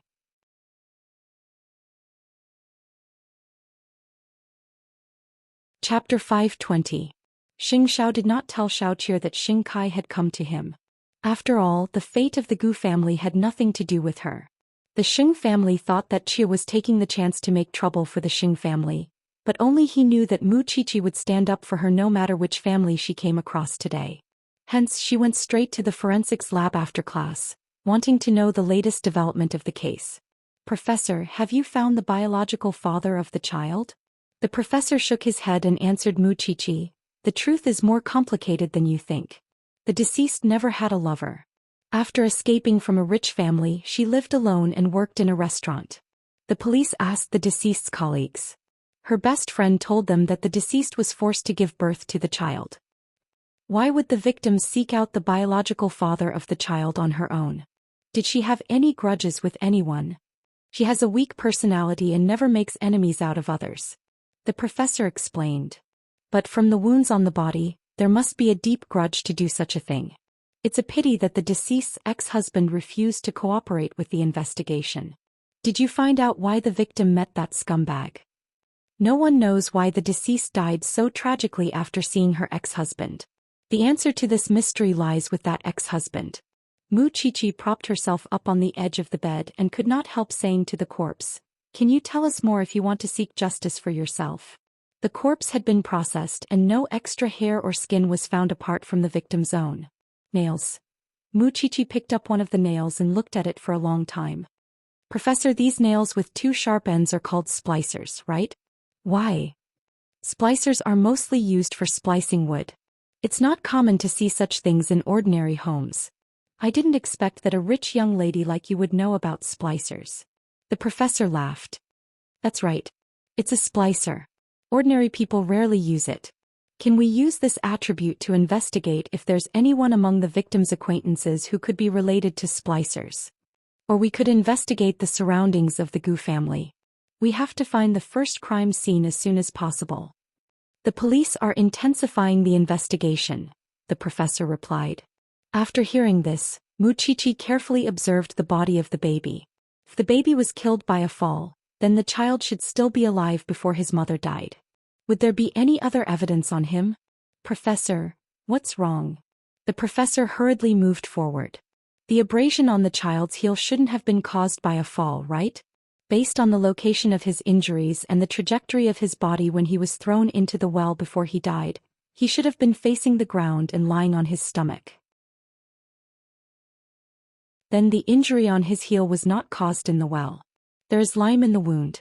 The professor quickly took the tweezers and immediately collected evidence. The child must have been placed in a dirty and messy place when he was alive. Qiqi, you might have been a great help in finding the first crime scene. Although she did not know the truth or what had happened between the victim and that scumbag, she had a feeling that the scumbag from the Gu family had something to do with it. At night, it rained heavily again. Xianxia and Gu Xiling were on the way to the Gu family. The current situation of the Gu family was really worrying. I went to Xianxia during the day, but he was indifferent. He thought that the Gu family should cooperate with the investigation. After hearing Xianxia's words, Gu Xiling sneered. It's not him. Of course he can say whatever he wants. For now we can only let the lawyer stop them. There's no other way. Xianxia comforted her. I know. You've tried your best. After all, Xianxia is not an obedient person. Gu Xiling expressed her understanding. Soon they arrived at the Gu family. At that moment, Mama Gu and Gu Xiling's uncle were sitting in the living room anxious. Xiling, I'm really at a loss now. Your father needs someone to take charge of the situation. But your brother is only 17 now. He's at the age where he likes to play. He can't be of any help at all. There's me, Gu Xiling's uncle said. Is there anyone more suitable than me now? You'd better clear up the murder case first, Gu Xiling said coldly to her uncle. Mommy, why don't you do it? I don't have enough shares. The shareholders will not agree to let me join the board of directors. I don't have the mood to care about the company when your father is like this. You still have the cheek to say that, Xiling. I've been good to you before. This time I'm in trouble. You should help me no matter what. After all, you don't want this matter to be spread all over the city, do you? Mom, call everyone in the family here and nominate a suitable person. There are so many people in the family. There must be someone worthy of your trust, right? Mama Gu waved her hand. I'm very tired now. I can't think about this. The Gu family is in trouble now. I really don't know what to do. If you don't mind, I can send some people from Huangyao to help. It's better than being watched by others all the time. Mama Gu glanced at Xianxia and shook her head. I appreciate your kindness. But you have a lot of things to do in Huangyao. You don't have to work so hard for the Gu family. I can still hold on for a while, but I can't take any more bad news. So, Uncle, what else happened between you and that woman? Is there any secret that we don't know? Gu Xiling asked her uncle.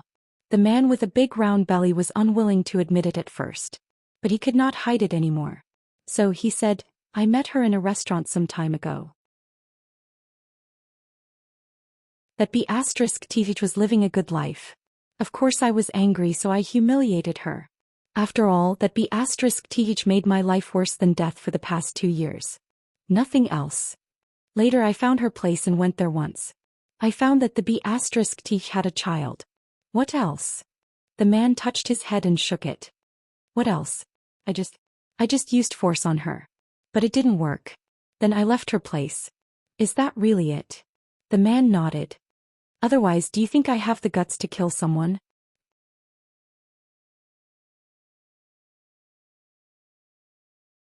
Chapter 521. Then you should go to the police station tomorrow to make a statement and tell the police about this. Otherwise, they will keep pestering you. It will be a ticking time bomb for the Gu family. Gu Xiling said to her uncle. We are in troubled times now. You should know the priority of the matter, right? The man took a deep breath and nodded. All right, I will listen to my niece. But you have to come with me along with my lawyer and bodyguards. Gu Xiling replied without hesitation. After that, the two of them returned to Xing Mansion.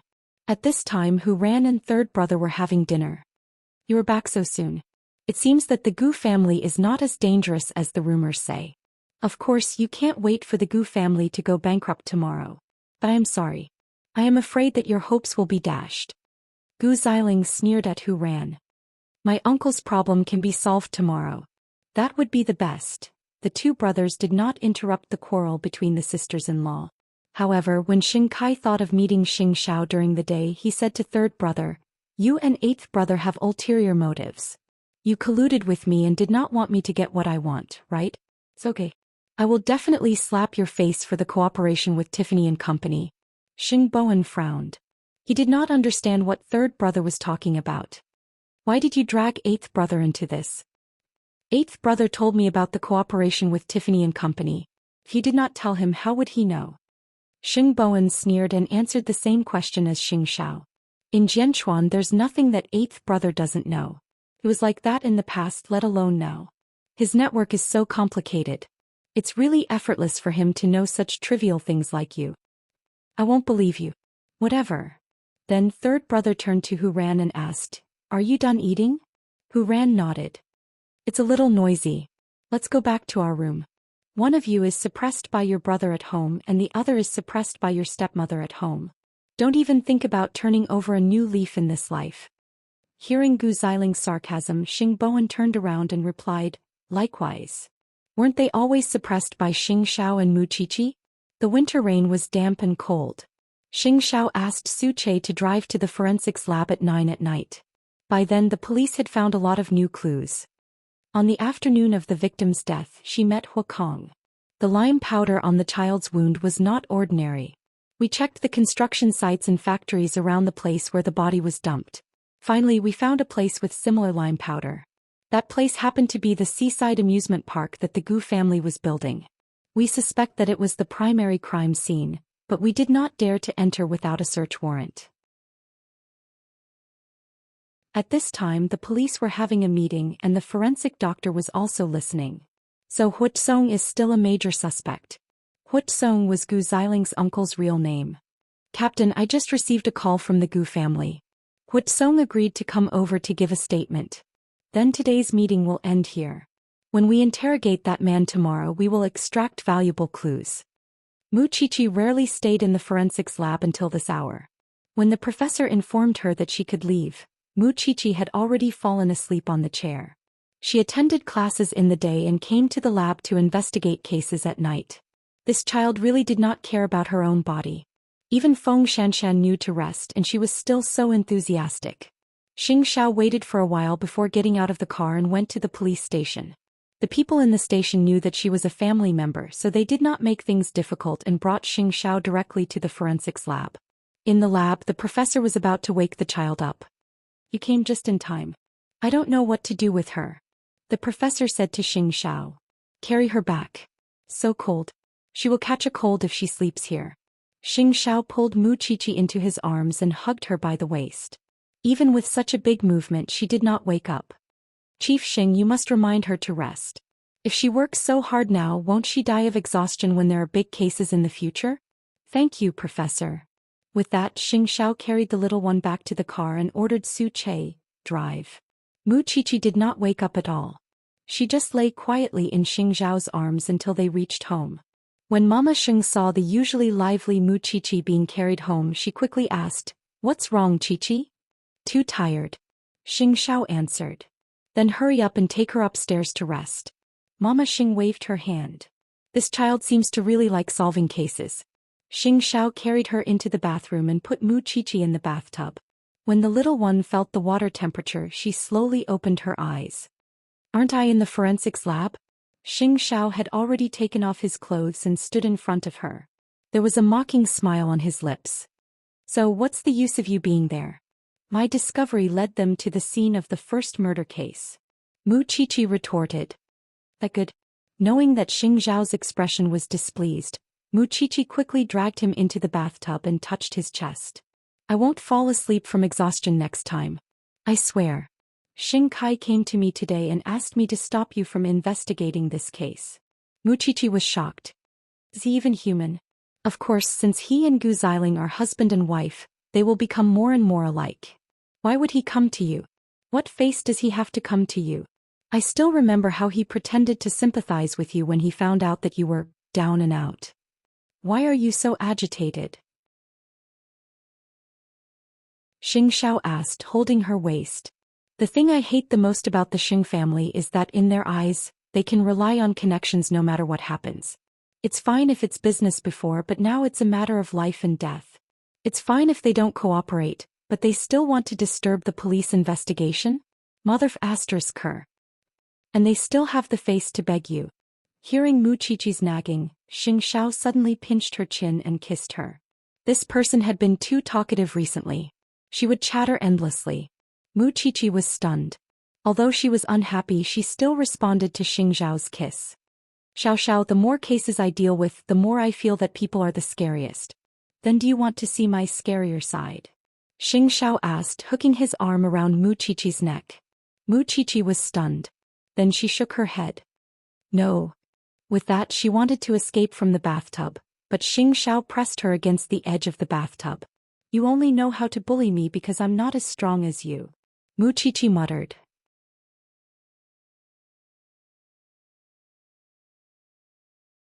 Chapter 522. How could I not want it? You know I can never refuse you. After saying that, Mu Qiqi simply turned around and looked into his lustful eyes. She fell deeply into them. How can I love you so much? The kiss came like crazy and the water in the bathtub gradually cooled down. Afraid that Mu Qiqi would catch a cold, Xianxia scooped her out of the bathtub and carried her to the bed in the bedroom. Mu Qiqi was completely out of strength now.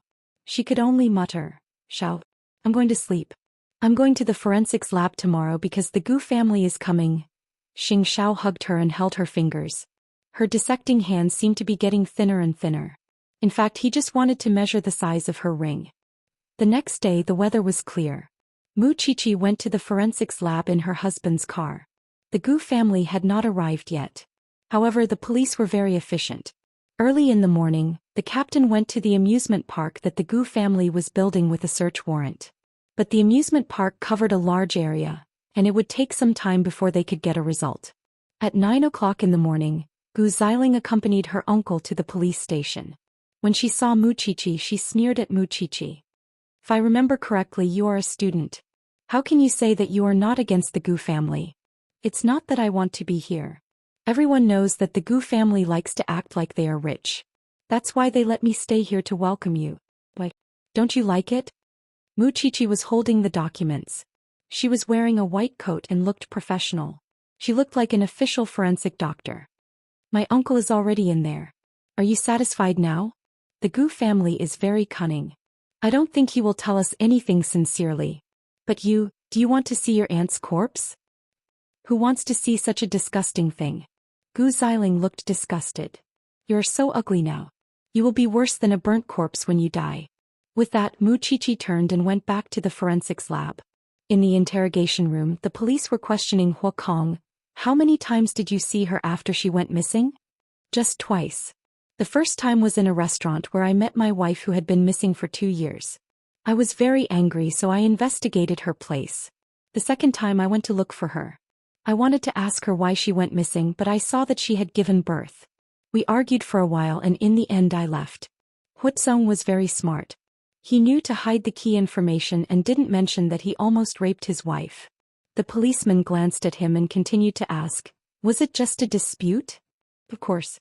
She's already divorced and has a child. What else can I do? In any case, I'm a reputable person. What time did you enter and what time did you leave? When she got off work, I followed behind her. It was about 6:30 in the evening. When she came out, it was no later than 7:30, Hutsong replied. Then do you know when she died? How would I know? I didn't kill them. Hutsong snorted. Around 8:30 in the evening. There was a hint of panic on Hutsong's face. It has nothing to do with me. I really didn't kill her. Where did you go after you went back? Is there anyone who can prove it? Home. Hutsong replied. I drove my own car. There should be surveillance cameras in the neighborhood. If you don't believe me, you can go and get them. Why didn't you tell the police about this when I came to you before? I didn't kill anyone. It's my freedom to say or not, isn't it? Moreover, I really hate the way the police handle cases. The Gu family is a big business and a famous family in Jianchuan City. I don't want to tarnish the Gu family's name because of this, Huatsong replied. So, you're doing this for the Gu family's reputation? Of course. If the Gu family has a scandal, it will do me no good. I don't want to lose my position and wealth. The interrogating policeman glanced at him with a strange expression. I'm afraid the police can't satisfy your wish. The impact of this matter is not something that you can just explain. What do you mean? You're going back on your word? Didn't you say that you wouldn't publicize it if I came over to explain? The officer knocked on the table and looked at Huakong. Whether you are innocent or not, the police will naturally investigate. Huatsong, you are still a major suspect, because the police found the primary crime scene in the Gu family's construction site, which is also the murder scene. Huatsong's eyes widened when he heard this. What? Go back. The police will send a commissioner to follow you. Cooperate with the police at any time. That's your only way out. You also want to clear your name, right? Huatsong moved his lips, but in the end he didn't say anything. He only cursed the bitch in his heart. Why did she bring him so much trouble even after her death? Then Huatsong left the interrogation room. Gu Xiling walked up to him. Did you make it clear? Xiling. The Gu family is in big trouble. Gu Xiling was stunned. She didn't understand. What does this have to do with the Gu family? The police found the primary crime scene of the murder at the seaside amusement park. After hearing this, Gu Xiling couldn't help but take a few steps back. What did the Gu family do wrong? Why did they get into trouble because of you? Xiling. I'm innocent too. Hearing their conversation, Mu Qiqi walked up to Gu Xiling and said, it was originally very simple. It's the Gu family who deliberately covered it up and made it more complicated. If you cooperated with the police earlier, you might have solved the case by now. But the Gu family chose to suppress you. Even if you had your own concerns and didn't want to cooperate at first, now that things have come to this, if I were you, I would have publicly expressed my support and cooperation with the police. Otherwise, things will get worse than your father going crazy. Mu Qiqi, if the Gu family publicizes this matter, it will be like adding snow to snow. The family doesn't belong to you. Of course you won't feel bad about it. Don't make sarcastic remarks here. You just want my family to go bankrupt. Am I right? Gu Xiling replied to Mu Qiqi coldly. It's up to you. The police will solve the case anyway. It's just a matter of time. I'm your sister-in-law. Do you like to kill me so much? In your heart you don't want to be my sister-in-law, do you? Mu Qiqi retorted. It's because of what happened at the charity banquet. That's why you hate me. You hate me for having designs on Xianxia. That's why you keep pestering me. You think too much. No matter how low Xiaoxiao's taste is, it won't be your turn. Then Mu Qiqi left the police station. She had to go back to school after the interrogation of Huakong.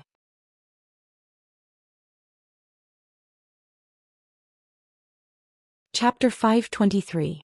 I'll wait for you, Mu Qiqi said calmly to Gu Xiling. No matter what, would she, Mu Qiqi, lose to a vase? It was not logical. After that, the murder at the Gu family's amusement park attracted a lot of attention from the outside world. The news of the chairman of Gu's losing his mind had already made Gu's company on the verge of collapse. Now the murder had made Gu's situation even worse. Huatsong was under surveillance by the police. Gu Xiling was furious. Mu Qiqi wanted to go back to school, but the professor called her halfway. Don't you want to come to the crime scene? Aren't you and the captain at the crime scene? What we see might not be the same as what you see. Come back. I'll wait for you at the crime scene. The professor hung up. It was a great temptation to Mu Qiqi. So she asked the driver to turn around and go to the crime scene. It was in the basement of Gu's amusement park. There were a lot of building materials there, including the nails found in the victim's stomach. When Mu Qiqi arrived at the crime scene, she saw the serial number on the ground. She did not touch it but squatted down to check it. There is a lot of blood on the ground. But the strange thing is that we did not find any traces of being tied or struggling on the victim's body. Why did she come here with the murderer? Professor, have you found the victim's eyes and fingernails? Mu Qiqi asked. The professor shook his head. Oh. It's possible that these things are with the murderer. What do you think? There are no traces of being tied or drugged. So, it can only mean that the victim came here voluntarily. Mu Qiqi looked at the puddles of blood on the ground and said, a single woman without complicated social connections, so how could she come to such a place? Professor, it might be a child. The murderer took away the deceased's child and informed her to come here to look for the child. The fact that the deceased's phone can't be found proves this even more. There must be secrets on the phone that we want to know. The murderer is so vicious, but he did not leave any clues at the crime scene. This shows that he is very good at anti-reconnaissance and is very meticulous. How did he move the body from the crime scene to the dumping site? The professor glanced at her and said, at that time, we had already checked the area around the dry well. No vehicle could have gone there. We also checked the footsteps and there was nothing suspicious. However, there are many ways to get out of the construction site. Trucks, tricycles, bicycles, electric scooters. Professor, let's go somewhere. With that, Mu Qiqi got up and the professor followed behind her. The two of them searched for the road from the construction site to the dry well. Soon they arrived at a fork 1 kilometer away from the construction site. Mu Qiqi squatted at the fork and observed carefully. Then at the end of the fork she saw a tire mark. It's definitely not a bicycle or a 3-wheeled electric scooter that can transport a corpse because the corpse was not dismembered. Professor, look here. The professor squatted down and saw the width of the tire. I'll ask the forensics team to come over and take photos for evidence. Then we'll check the surveillance footage. After Mu Qiqi got up, she looked around and found that there were traces of something heavy in the haystack.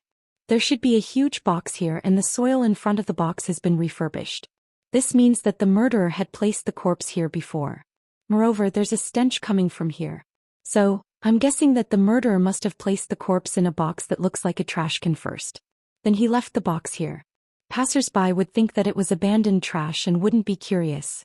And with the stench, passers-by would not approach it. Then he carried the child to the dry well and threw him down. Because a baby would cry if placed in a car. But why did the murderer not kill the child first but chose to fall to his death? And how did the murderer move the corpse? I still have no idea for now. Seeing that she was able to discover these things, the professor smiled and said, you've seen many things that I can't see. I'm really getting old. Everything slows down. Professor, you just didn't rest well and lacked energy. Otherwise, how could these things escape your eyes? It seems that the murderer really has nothing to do with that rich man. The professor sighed. Such a meticulous arrangement. It's not a murder out of passion. I think we should also investigate the social relations of the deceased, Mu Qiqi suggested. Mu Qiqi suggested. There are always things that are right in front of us but we haven't discovered them yet. You're right. Now that this matter has blown up, the Gu family will definitely find trouble with you. You should be careful. Of course. If they didn't find me, I would have forgotten that I'm also a rich man. Mu Qiqi smiled. Professor, let's continue to observe. Perhaps there will be new discoveries. Okay. That afternoon, the news began to broadcast intensively. After the chairman of the well-known Gu group fell seriously ill, the company encountered a glacier and was involved in a murder case. And the seaside amusement park under the Gu group is the primary crime scene of the murder case. The police are working hard to solve the case. And according to the investigation, the identity of the deceased is closely related to the Gu group. Seeing this news, Gu Xiling turned off the television in the living room. But Hu Ran turned it on again. Even if you don't want to watch it, I still want to. Did you do it on purpose? The Gu Group seaside amusement park cost 10 billion yuan. Now it has become the scene of a murder case. Can the Gu Group continue to operate this time? The stock price has fallen so much that I can't bear to watch it anymore. Hu Ran said to Gu Xiling while watching the news. Your uncle should be more suspicious now. Gu Xiling clenched her fists. He could not calm down. She had to face Mu Qiqi in the day and Hu Ran at night. No one would have such energy. I don't want to quarrel with you. The Gu Group must have a terrible loss after this incident. What do you know? Hu Ran shrugged and stopped provoking Gu Xiling. What if she lost her mind like her father? However, everyone knew that the Gu Group would not be able to get through this crisis. Just as Mu Qiqi said, Papa Gu's madness was an internal problem that could be solved. But now it had become the scene of a murder case. Who would be willing to play in this amusement park? After a while, Grandpa Gu came home. When he saw Gu Xiling, he sighed and said to her, "Don't interfere in your family's affairs for now. Don't go home. Grandpa, this is my last kindness to you." It was also because she knew that Xing Kai was infertile that Grandpa Gu was willing to give in. Gu Xiling did not refute. Obviously, she realized the seriousness of Grandpa Gu's words.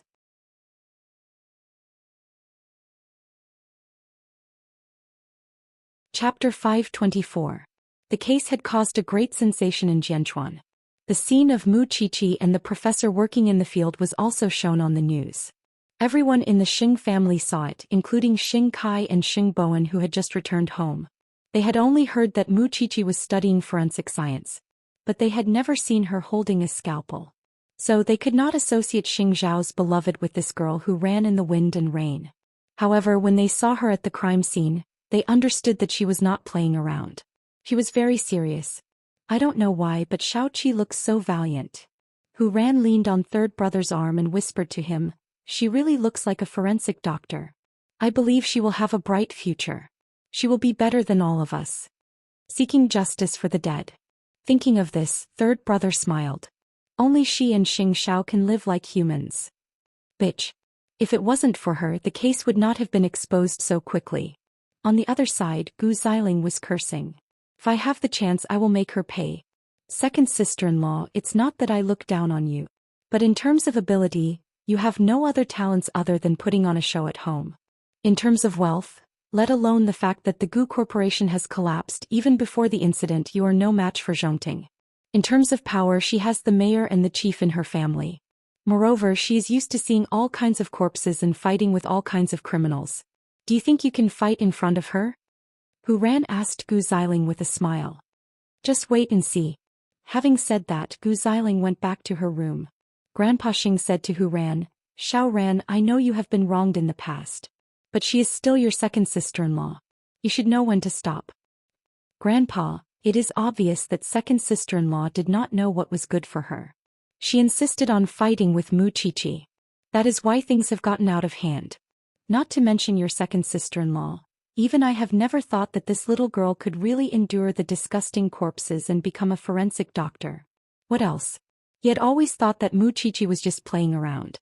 Was she fighting with him? She was too self-righteous. On the other hand, Lu Qianxian and the others saw Xiaoqi's figure on TV too. That night they told Mama Lu, "Mommy, Xiaoqi is on TV. I should work hard too. Qiqi is really something." I used to think that since she was a couple with the crown prince of the Xing family, the crown prince would never let her do such a job. But I didn't expect that not only did she do it, she did it very well. Wrong. Xing Xiao is no longer the crown prince of Huangyao. Lu Qianxian corrected her. You're doing well too. You have been handling the company's matters well. A few big cases had been approved by the shareholders. You have also exceeded my expectations. If only your father could see it with his own eyes. Seeing that her mother's eyes were red, Lu Qianxian quickly comforted her. But don't cry. Why are you bringing it up again? I just want the Lin family to see your outstanding side. My daughter is definitely worthy of old Lin's grandson. Lu Qianxian smiled and comforted Mama Lu. Just eat. It will happen sooner or later. Don't worry. The younger uncles of the Lu family had ulterior motives. But with Lu Qianxian under heavy protection, they could not do anything. Previously, when there were no bodyguards around, they could still release a snake or do some other tricks. But now Lu Qianxian was protected by a female bodyguard and a male bodyguard. Now it would be harder for them to find a chance to do anything. Moreover, Lu Qianxian was a smart girl when it came to business. She had restarted the case that Papa Lu had put aside, so that Lu Holdings would not suffer any losses. That was why the board of directors approved of Lu Qianxian. After all, her training as a successor wasn't for nothing. The people of Lu Holdings had thought that she could not even understand the reports. But in the end, they realized that she could not only understand the reports, but also find the loopholes in them. They believed that soon Lu Holdings would be back on track. All the suffering seemed to be over. But the matter of the Lin family was still a knot in her heart. She wanted to do something. She wanted to. but dripping water could wear a stone. In the evening, Mu Qiqi dragged her tired body home. She had run too many places today. Her body was at its limit. When Mama Sheng saw her, she quickly went to help her. Mommy, you don't have to. I smell. Even eighth brother can stand it. Why can't I? You are underestimating Mommy. Mama Sheng smiled and said, go upstairs to take a shower and change your clothes. Fifth aunt made your favorite dish. You must be hungry. Xianxia had not returned home yet. He had a dinner with Secretary He. Mu Qiqi went upstairs to take a bath. But unknowingly she fell asleep in the bathtub. If Xianxia did not find her when he got home, she would have drowned in it. In the afternoon when they were having dinner, Secretary He laughed at Xianxia. This little sister-in-law is really interesting. I did not expect her to become a forensic doctor. It is not easy for a rich family to endure such hardships. So, I will not make things difficult for you today. Go home early. Little sister-in-law must be tired after a long day. She must be very tired when she sees you. Thank you, Secretary He. Xianxia could not help but laugh. Go. I will handle the rest. They are all sensible people. They will not make things difficult for you. Then I will thank Secretary He first. Having said that, Xianxia left the dinner. When he got home, he saw Mu Qiqi soaking in the water. When he looked at her feet, he saw that they were actually blistered.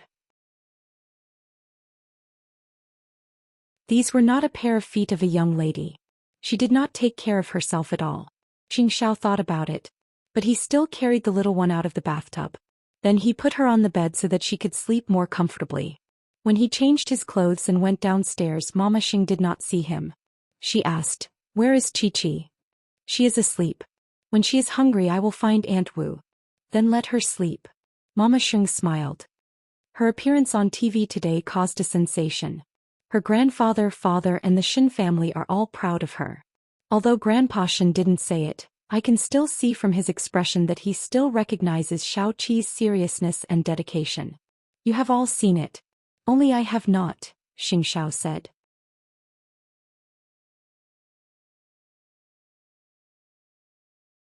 Chapter 525. After eating and returning to his room, Xianxia really went to search the news. He wanted to know how much perseverance this little one had used to do this. Now he saw it. Her petite body shuttled through the murder scene and kept going in and out of the yellow cordon. No wonder her feet were blistered. That was the Special Investigations team. None of the cases they received were easy. Sometimes even men could not stand it, let alone a little girl. After a while, Mu Qiqi woke up from her hunger. When she saw Xianxia sitting beside her, she naturally reached out and hugged her man. Xianxia looked down at her little head. Knowing that she had slept enough, he asked, hungry? Yes. Mu Qiqi nodded. Get up and eat. I just asked Fifth Aunt to bring it in. Xianxia pointed at the table beside him with his chin. Mu Qiqi sat up and smelled the fragrance. She quickly got off the bed and sat in front of the table. How did you know that I would wake up soon? I don't know when you will wake up, but I know that you will definitely wake up when you smell the fragrance. Xianxia smiled and unbuttoned his shirt. Then he took out the medicine box from the cabinet and sat beside Mu Qiqi. Mu Qiqi was stunned. She did not understand what he was going to do. Then she saw him take out a band-aid and put Mu Qiqi's leg on his body. I know that in the future running to murder scenes, going out into the field, and even distorting the truth will become your norm. But I hope that when you're injured or in danger, you'll think of me and worry about whether or not I'll feel sorry for you. Mu Qiqi listened to Xianxia seriously. He was a little confused. Logically speaking, this man would stop her. But today he did not. Are you wondering why I didn't stop you from going to the crime scene? Yes. Mu Qiqi nodded. I saw your figure on the news today. I feel that my little one wants to become that kind of person. Since that's the case, why should I stop you? Xianxia bandaged her wound and looked up to ask her in return. That's right. Why should I stop you? Mu Qiqi put down her bowl and chopsticks and threw herself into Xianxiao's arms. I knew it. You are the person who understands me the best in the world. But I have a request. Tell me. Mu Qiqi's eyes shone like stars. You're not allowed to miss out on any classes related to grappling, fighting, or self-defense. Other than that, I've also hired professional coaches to strengthen your body. I don't need to arrest the murderer. I want you to learn how to escape. Xianxia pinched her nose. In order to supervise you, I'll spare some time to practice with you. Mu Qiqi wrapped her arms around his neck and nodded excitedly. Okay, I'll listen to you. Let's continue eating. Although the little one seemed to listen to him and obey him in everything, Xianxia could clearly feel how insistent the little one was on certain things, and it was usually him who would compromise when it came to that. After dinner, Mu Qiqi went downstairs again. She wanted to meet Mama Xing on purpose so that she wouldn't worry her. However, Mama Xing had gone to the Shins, and Papa Xing was sitting in the living room watching television. Dad, aren't you going to rest? I'll go later. Qiqi is the murderer from the Gu family? Mu Qiqi was surprised that Papa Xing would care about the result. She smiled and said, I'm not sure yet. Then be careful when you go out. Okay. Mu Qiqi was very touched. Although Papa Xing rarely expressed his concern for her at home, she knew that her father-in-law was really worried about her safety. The next morning, Mu Qiqi went to school. However, she received a call from the professor halfway. We found the tire marks you found yesterday. It's a blue mini truck. The police have checked the car's owner through the surveillance cameras, but the license plate is fake. So, the people in the team searched for the car through the surveillance cameras. Good Lord, after one night they finally found the location where the car was parked. It was actually near the victim's house. So, have you found the owner of the car? Mu Qiqi asked with concern. The team has been checking the road with the surveillance cameras. They saw the driver of the car, but they can't confirm his identity yet. But Qiqi, you've done a great job this time. Then, Professor, please tell me when you've found the murderer. I will. Although the professor did not say it, he was much more relaxed than 2 days ago. By the way, the victim's tissue and phone were found in the trash can nearby. It's a low-end residential area with a poor environment. It's lucky that the trash hasn't been cleaned for a few days. But unfortunately, the phone is completely broken. It seemed that the murderer was very close. So, it has nothing to do with the person from the Gu family? Xianxia asked Mu Qiqi when he saw her hang up the phone. Not really. Mu Qiqi answered seriously. The Gu family's seaside amusement park is not allowed to enter unless it's their own construction workers. So why did the murderer commit the crime there? Even if the murderer is not Wuxia, he must be related to him. That's what I think. Xianxia smiled when he heard that. He looked handsome. Forensic Dr. Mu, you're very confident. Not at all. It's all thanks to my dear fiancé's guidance. Then do you remember what day it will be 2 days later? Of course I remember. Mu Qiqi snorted. You're underestimating me. No matter how important the investigation is, I'll always put your matter first. It'll never change. Xianxia hugged her and was finally satisfied. It was just that Mu Qiqi's appearance on the news yesterday made her a reputable person in the forensic science department. Feng Xianxian could not help but snort when she saw her. Didn't I ask you to deal with Wuxia yesterday? You even went to the scene. The professor said he needed help, so I went. At least you're useful. I know the progress. Feng Xianxian did not continue to be jealous. We'll probably get the result tonight. Do you have any suspects in mind? The direct murderer is definitely not Wuxia. The professor said that the murderer parked the car near the victim's house. I think we can think of it as an acquaintance. I think we can interrogate the victim's best friend. The victim has no relatives in the world. He only has a best friend. The police believe whatever she says. Anyway, she's sure that the victim won't say anything. Unfortunately.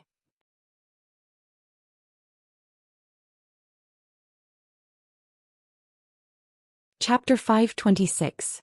At the same time, the Gu family was trying their best to salvage the situation. For example, they admitted their mistake publicly and promised to cooperate with the police in the investigation. But no matter what, the amusement park project could no longer continue. So they put up a notice to stop the construction of all the facilities. Not only that, they also hoped that the workers would not leave for the time being so that they could cooperate with the investigation. Everyone knew how much money the Gu family had invested in this project. Now that the project could no longer proceed because of the murder case, it affected the interests of the shareholders and investors. So Mama Gu could no longer hold the fort in Gu Corporation. Seeing this situation, Gu Ziling's confidence was getting weaker and weaker. Recently, she just stayed in her room and did not even bother to see the Xing family. During dinner, Grandpa Xing looked at the empty seat and asked Xing Kai, "Is Xiling not feeling well? Why is she not coming out for dinner?" "She is worried and sad because of what happened in her family. So she can't come out for dinner with Grandpa," explained Xing Kai. The amusement park project might directly drag down the Gu family. I don't want her to go back because I want her to be less affected. She must understand Grandpa's painstaking efforts. I don't know if second sister-in-law understands Grandpa's painstaking efforts. But I think you don't understand my painstaking efforts." Xing Bowen took the opportunity to say to Xing Kai, "At this critical moment, you still want to increase the investment in Tiffany and Company. I really don't understand. Are you gambling with Huang Yao?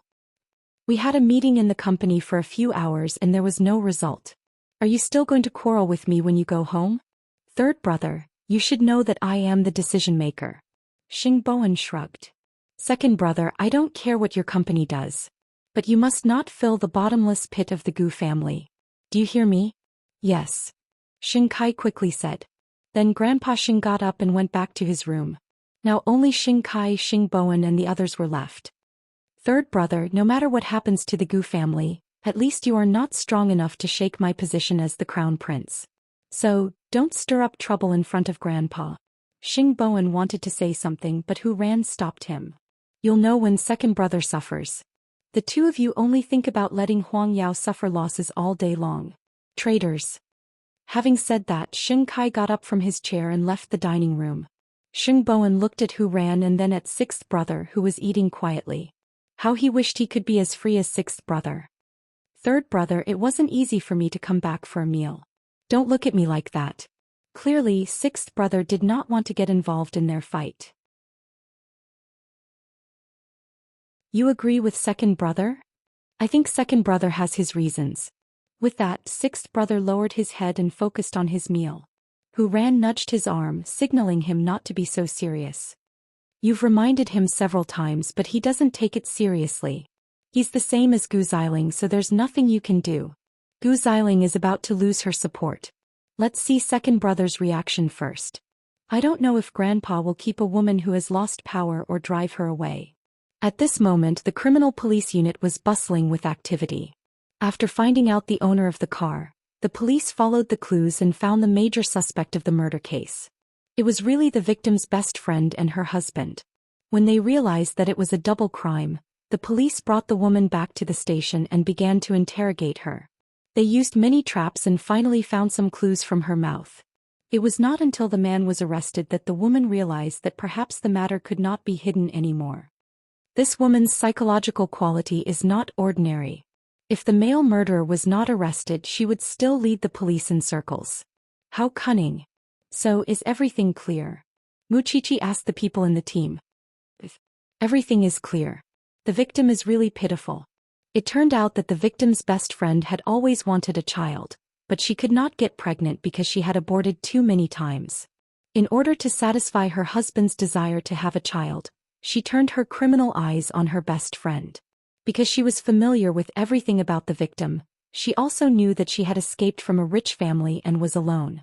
Their plan succeeded and the victim successfully became pregnant. However, after the child was born, the victim found that the child had the same birthmark behind his ear as her best friend's husband. So she became suspicious and questioned her best friend. This vicious woman was afraid that the victim would call the police, so she schemed with her husband to kill the victim. So she took the child away and led the victim to the basement. Moreover, she kept using the child as a hostage to make the victim willingly suffer and not resist. The poor victim thought that the vicious couple would let the child go, so she was tortured to death. But in the end the child was not saved. At that time, how could the murderer stay to attract suspicion? Then the couple used the excuse of transporting construction waste to transport the body in a truck. Finally, they threw the body into the well and carefully cleaned up the scene so that the police would not find any clues. Pulled out fingernails and gouged out eyes.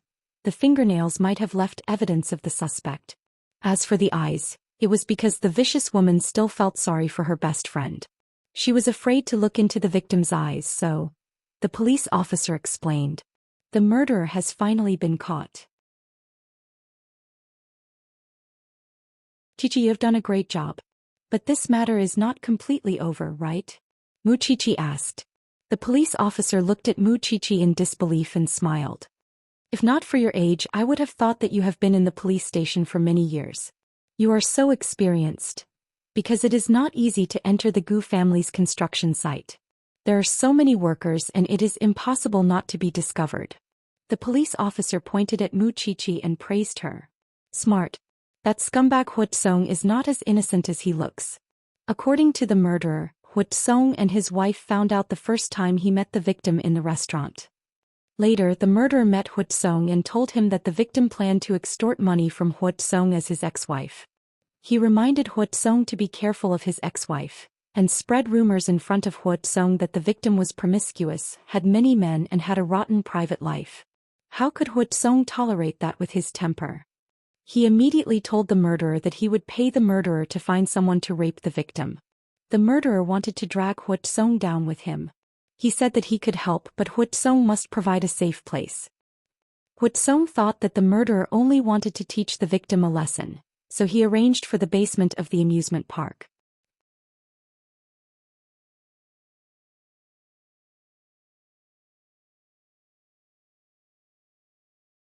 Chapter 527.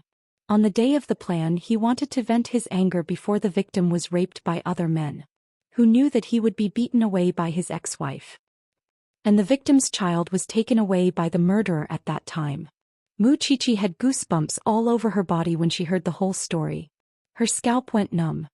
Has Huatsong been arrested now? The captain has already gone, the police officer replied. He's a scumbag with a pig's brain who was used by others. When he is arrested, we'll interrogate him carefully. We'll find out how he contacted the murderer. Mu Qiqi looked at the body on the bed. She felt that she could comfort the poor woman's soul in heaven. 2 main culprits and 1 accomplice. None of them could escape. Feng Xianxia also listened to the entire case and sighed, which was rare of her. It's really not an ordinary kind of madness. No matter what, you've been a great help. You've been involved in this case from the beginning to the end. How do you feel now? I just feel disgusted. Although I can comfort the victim, I want to vomit when I think of the cunning faces of the 3 people, Mu Qiqi replied. You'll get used to it. The professor persuaded her. This is a very valuable experience for you. Look at you. You're famous now. I'm famous myself, okay? Mu Qiqi glared at them. What was the situation with the Gu family now? The shareholders were in the Gu family, the directors were in the Gu family, and the creditors were in the Gu family. At this time, the police came and took out an arrest warrant. They asked Mrs. Gu, "Is Huatsong at home? You police officers come to our house again and again instead of arresting the murderer. Don't you know that we don't see guests now?" Mrs. Gu said fiercely to the police. Mrs. Gu, please look carefully. This is not a search warrant. This is an arrest warrant. Your brother is suspected of murder. The evidence is conclusive. Mrs. Gu took a few steps back when she heard this. How is it possible? My brother told me that he has nothing to do with this murder. Do you believe his words? The criminal's face will not have the words "I killed someone" written on it. Then the captain ordered his subordinates. Search the house. We must catch the suspect. Although Huatsong felt guilty, he still firmly believed that he was not a murderer, so he would be fine. The Gu family would not leave him alone. However, when he saw the police come to arrest him, he was very confused. Why did you arrest me? How many times have I told you? I didn't kill anyone. You are not the mastermind, but you are an accomplice. The police handcuffed him. Save me. I didn't kill anyone.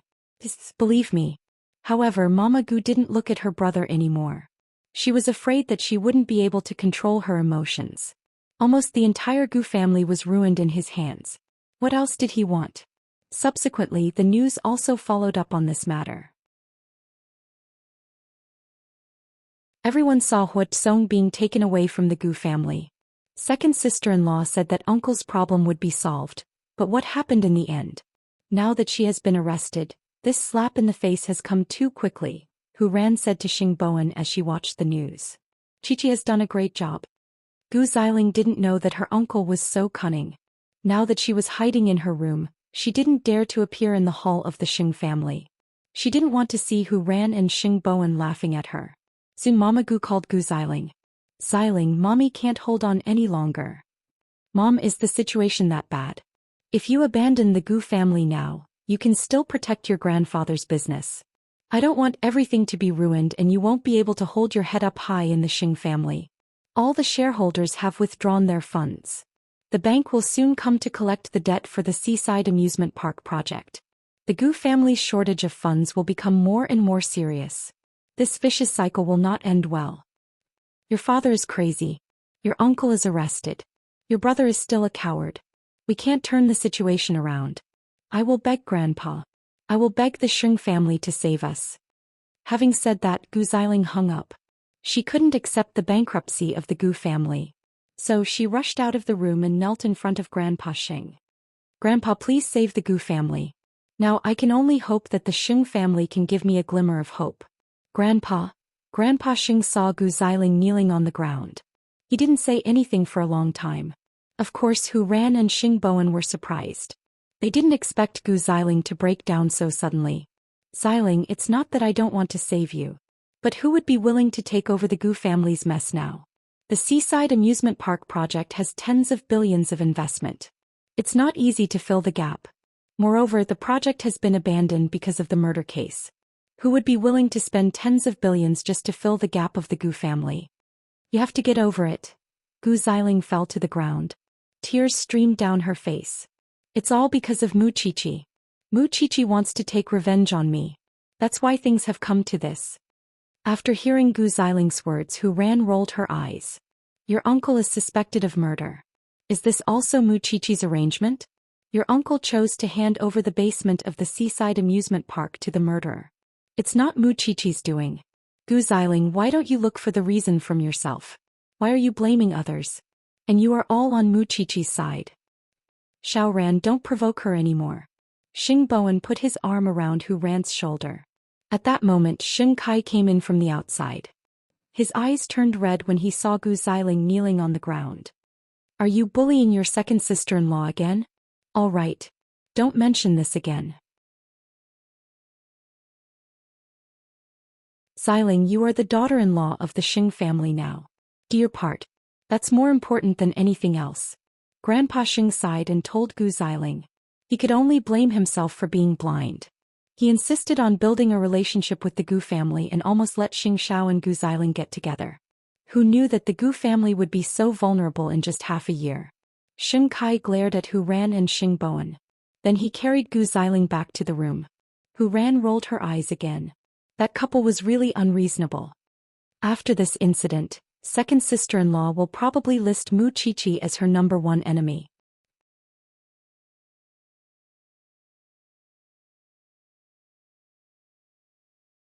Chapter 528. Grandpa probably doesn't want to add insult to injury at this time. He will have a plan. After spending some time with Grandpa Xing, Hu Ran knew what kind of person Grandpa Xing was. He was absolutely obedient to his own interests. If he did not take action from the beginning, it meant that he still had some concerns. Oh, by the way, my friend in the entertainment industry is helping you find out something. Third brother suddenly said to Hu Ran. When are you free? Let's meet up. Can you find out more about that woman? This person is already the most famous paparazzi in the circle. If he doesn't know something, no one else can, explained Xing Bowen. Strike. Okay. Hu Ran nodded. Thank you, third brother. You are really willing to take my matter to heart. Even if we are not a real couple, we are still allies on the same boat. Isn't it reasonable for us to do this? After hearing this, Hu Ran smiled. In fact, she did not understand what kind of feelings she had for Xing Bowen. In the past there was sympathy. Later there was gratitude. Of course there was also some admiration. But it did not seem like she liked him. Was it because the time was too short and she had too little experience? But even so, Xing Bowen was the only husband in her heart. She did not plan to change her husband in this life. In another room of the Xing family, Gu Xiling sat on the bed and cried for a whole hour. Xing Kai could not say anything to comfort her. He did not dare to approach her because she would lose her temper. I knew that Grandpa was ruthless, but I did not expect him to be this ruthless. The Gu family's business is too big. You have to face the reality, said Xing Kai. How do you expect me to face the reality? If the Xing family is not bankrupt, of course you will not feel anything. Without the Gu family, you will still be the daughter-in-law of the Xing family. you will still be my wife. Moreover, your grandfather's business will be preserved. When I take over as the chairman of Huang Yao, I will be able to make my own decisions. What can I give you? Why are you so impatient now? You know very well that third brother and his wife are waiting to pick on us. They're waiting to see us make a fool of ourselves. If you cry and make a fuss like this, not only will it do no good, it will also do me no good. Gu Xiling finally stopped crying. Do you really think so?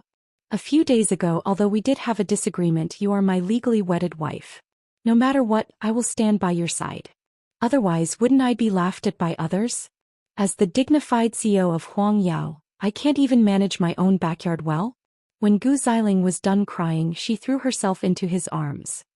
I will help you. I will help you become the chairman of Huang Yao at all costs. At the same time, I hope you can understand how deep my hatred for Mu Qiqi is. All right. Since he couldn't blame himself, he could only blame others. After Huatsong was arrested, he still clamored in the interrogation room, saying that the Gu family would find him the best lawyer and let him walk out of the police station unscathed. However, the interrogating policeman told him realistically, because of you, Gu's is going to go bankrupt soon. You have no other way out but to admit your guilt. I didn't kill anyone. You didn't kill anyone directly, but you provided assistance to the murderer. So you are an accomplice. How can you bear to do that to a woman you have slept with for so many years? That bitch. He made me a joke. I just wanted to teach her a lesson. The policeman couldn't bear it anymore. He slammed the table.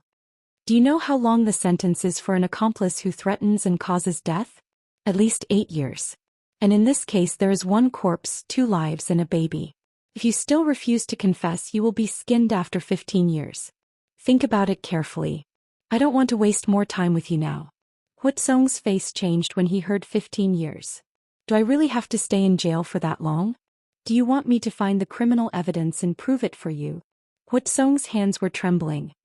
He thought for a few seconds and finally said, I'll tell you. Although the police already knew what Huatsong had said, they still felt disgusted because it came from another scumbag's mouth. Because he and the victim were once husband and wife. The forensics lab let Mu Qiqi rest at home for 2 days to help solve the case. Moreover, it was the weekend soon, so Mu Qiqi and Xianxia agreed to have dinner together. The little bride that people talked about enthusiastically in the past had now become a capable and experienced female forensic doctor. Xianxia gave Mu Qiqi a thumbs up when she saw her. Think about it. You were a coward when you transferred to Eton 2 or 3 years ago. People thought you were easy to bully. But now you are someone who can dissect corpses anytime. You too? You've changed. Big Xiao, I can't offend you now or I won't get a free meal. Xianxia pointed at Mu Qiqi and smiled. They were chatting happily when a figure passing by the door caught Xianxia's attention. What are you looking at? The woman who just passed by seems to be Lin Muan's aunt.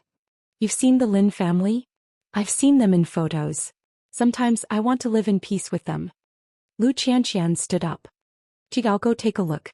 I feel something is wrong. Let's go together. After saying that, the two of them chased after him. Meanwhile, Lin Muan's aunt was being held by 2 men. It seemed that she could not even walk properly. What are you doing? Xianxia chased after them and stopped them. At that moment, Xianxia could clearly see Aunt Lin's face. It was a clear sign that she was drunk. When the 2 men saw that Xianxia was looking for trouble, they wanted to stop her from being a busybody. But Mu Qiqi's appearance made them wary. Isn't this the female forensic doctor? Forget it. Let's go. After that, the 2 men left Lin Muan's aunt and ran away. Xianxia and Mu Qiqi helped Lin Muan into the hotel room until Lin Muan arrived. It's really my aunt. Since you're here, Qiqi and I will continue eating. The Lin family probably doesn't want to see me.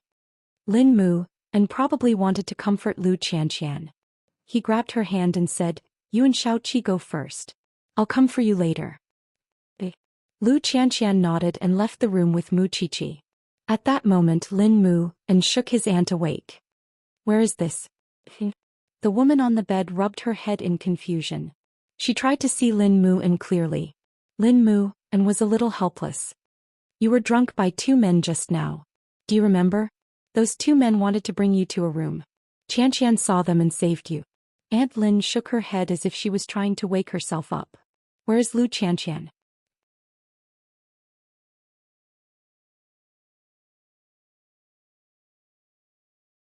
Chapter 529. Thank her for me. Also don't tell your grandfather. Aunt Lin threatened Lin Mu. Lin Muan chuckled. I'm not in the Lin family now. I don't have the chance to see that old man. You don't have to worry. Aunt Lin wanted to say something more. But when she saw Lin Muan had disappeared from the door, she did not ask him to stay. She thought that Xianxian would use this incident to get her support. Unexpectedly, Xianxian did not think that much. Of course, it was possible that this was another trick of Xianxian's. In the private room, Mu Qiqi and Xianxian continued to eat. When Lin Muan saw his fiancée, he sat down beside her like a loyal dog. Where's your aunt? Let her go home by herself. Otherwise she will think too much and think that you have some scheme. After Lin Muan answered, he patted Xianxian's head. How do you know my aunt? I've seen your family's photo. Xianxian rolled her eyes. This is the difference between men and women. Women know how to love me and my dog. Then am I bad to mom? Ahem, Mu Qiqi coughed. If you want to flirt, can I invite you to go home? They looked at each other and then turned to Mu Qiqi. You're a famous person in Jianchuan now. I have to see you a few more times before you graduate. Otherwise, I won't be able to get your autograph when you graduate and start working. That's right. That's true. Mu Qiqi replied without hesitation. So, do you really come into contact with all kinds of corpses every day? Aren't you afraid? Mu Qiqi ate her dessert and looked up at Xianxian. It depends on what kind of corpse it is. Decomposed, rotten, or maggots crawling all over it. When Xianxian heard that, her scalp went numb. Don't say it. I've never been scared. Only a case last time. I was so scared that I got sick for a day. Xianxian quickly covered her ears. If you say it again, I won't be able to eat anymore. As my friend, you have to get used to it. After all, my hands. Xianxian subconsciously looked at Mu Qiqi's hand and immediately imagined her holding a scalpel. Xiaoqi, stop teasing her. I don't think she'll be able to sleep tonight. It's your birthday the day after tomorrow. How are you going to celebrate it? Mu Qiqi glanced at him and answered, Get married abroad. Are you so anxious to get married? Nonsense. Mu Qiqi said matter-of-factly. Of course she would not say that her man was anxious. I'll congratulate you in advance then. Xianxian finally managed to ignore Mu Qiqi's hands and shifted her attention to her face. Actually, I'm quite envious of you. No, I mean Xingxiao. He dotes on you so much. You don't have the so-called mother-in-law and daughter-in-law problem. The whole family dotes on you. Even when you're in a rich family, you can be yourself wholeheartedly. Don't you also have a Mr. Right who will follow you through life and death? Mu Qiqi did not think that she was really envious. Everyone had their own fate and choices. After the three of them had dinner, Mu Qiqi received a call from her man. He was going to Zhongting to accompany him to work. Lin Mu, and also planned to send Xianxian to the company. However, when Xianxian entered the company, she was stopped by her third uncle. Xianxian, you have to help me. If you don't, I'm dead meat. What's the matter? Xianxian pulled him up and asked the secretary to help him to his seat. Can you lend me 30 million yuan? Xianxian was stunned. Although she was mentally prepared, she was still shocked when she heard the figure from this man's mouth. What do you want 30 million yuan for? Don't ask me why. I'm just asking you, are you willing to lend it to me? The uncle's expression was very anxious and he looked very embarrassed. It seemed that he did not go home last night. 30 million yuan is not a small amount. I've just become the chairman of Lu Holdings. Where do you want me to transfer the money to you in such a short time? Xianxian asked him. Xianxian, if you don't lend it to me, I can only chop my hand off. You don't want me to live a life worse than death, do you? Gambling debt. Xianxian guessed it immediately. Third uncle took a deep breath and finally nodded. Yes, gambling debt. I don't expect you to pay me back the 30 million yuan. But I want your shares as collateral, Xianxian said seriously. A gambler will do it again after the first time. I don't want you to treat me as your cash cow. If you want 30 million yuan, I'll give you 30 million yuan. If you agree, I'm ready to give you the money. If you don't, you can only find someone else. After all, I remember clearly what you and the other uncles did to me when my father passed away. I'm not the one who put the snake in your room. That's not important, Xianxia said seriously. Do you agree or not? The uncle gritted his teeth and got up from the sofa. You're taking advantage of me. I won't fall for it. I didn't expect you to be so arrogant after becoming the chairman. Just you wait. I'll sell it to someone else but not to you. You mean you don't want the 30 million yuan, right? Xianxia's voice became cold. I don't want it. After saying that, the uncle rushed out of the door. He was probably going to look for his next target. Xianxia took a deep breath and said to the secretary, send someone to follow him. If anything happens, call the police immediately. As chairman. Although she had no feelings for these uncles, they were her father's blood relatives. It was unreasonable for her not to care about them at all. But she had just started working. How could she be controlled by these uncles? If this happened and the other uncles did the same thing next time, how could she manage the entire Lu Enterprises? Of course, Xianxia knew that these uncles were not easy to deal with. He had to be prepared to deal with them for a long time. Sometimes she felt very tired, but because of these people she constantly reminded herself that since she was sitting in this position she must be extra serious. After returning to the office, Xianxia sat on the office chair and thought about the whole incident. Then she told the secretary, prepare the best wedding gift for me. I want to give it to my best friend. Then, does she need anything? Forget it. I'll choose it myself. You can help me. Wuxia did not lack anything, the only thing she lacked was kindness.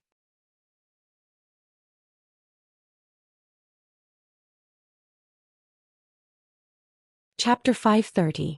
Soon Wuxia arrived at Zhongting.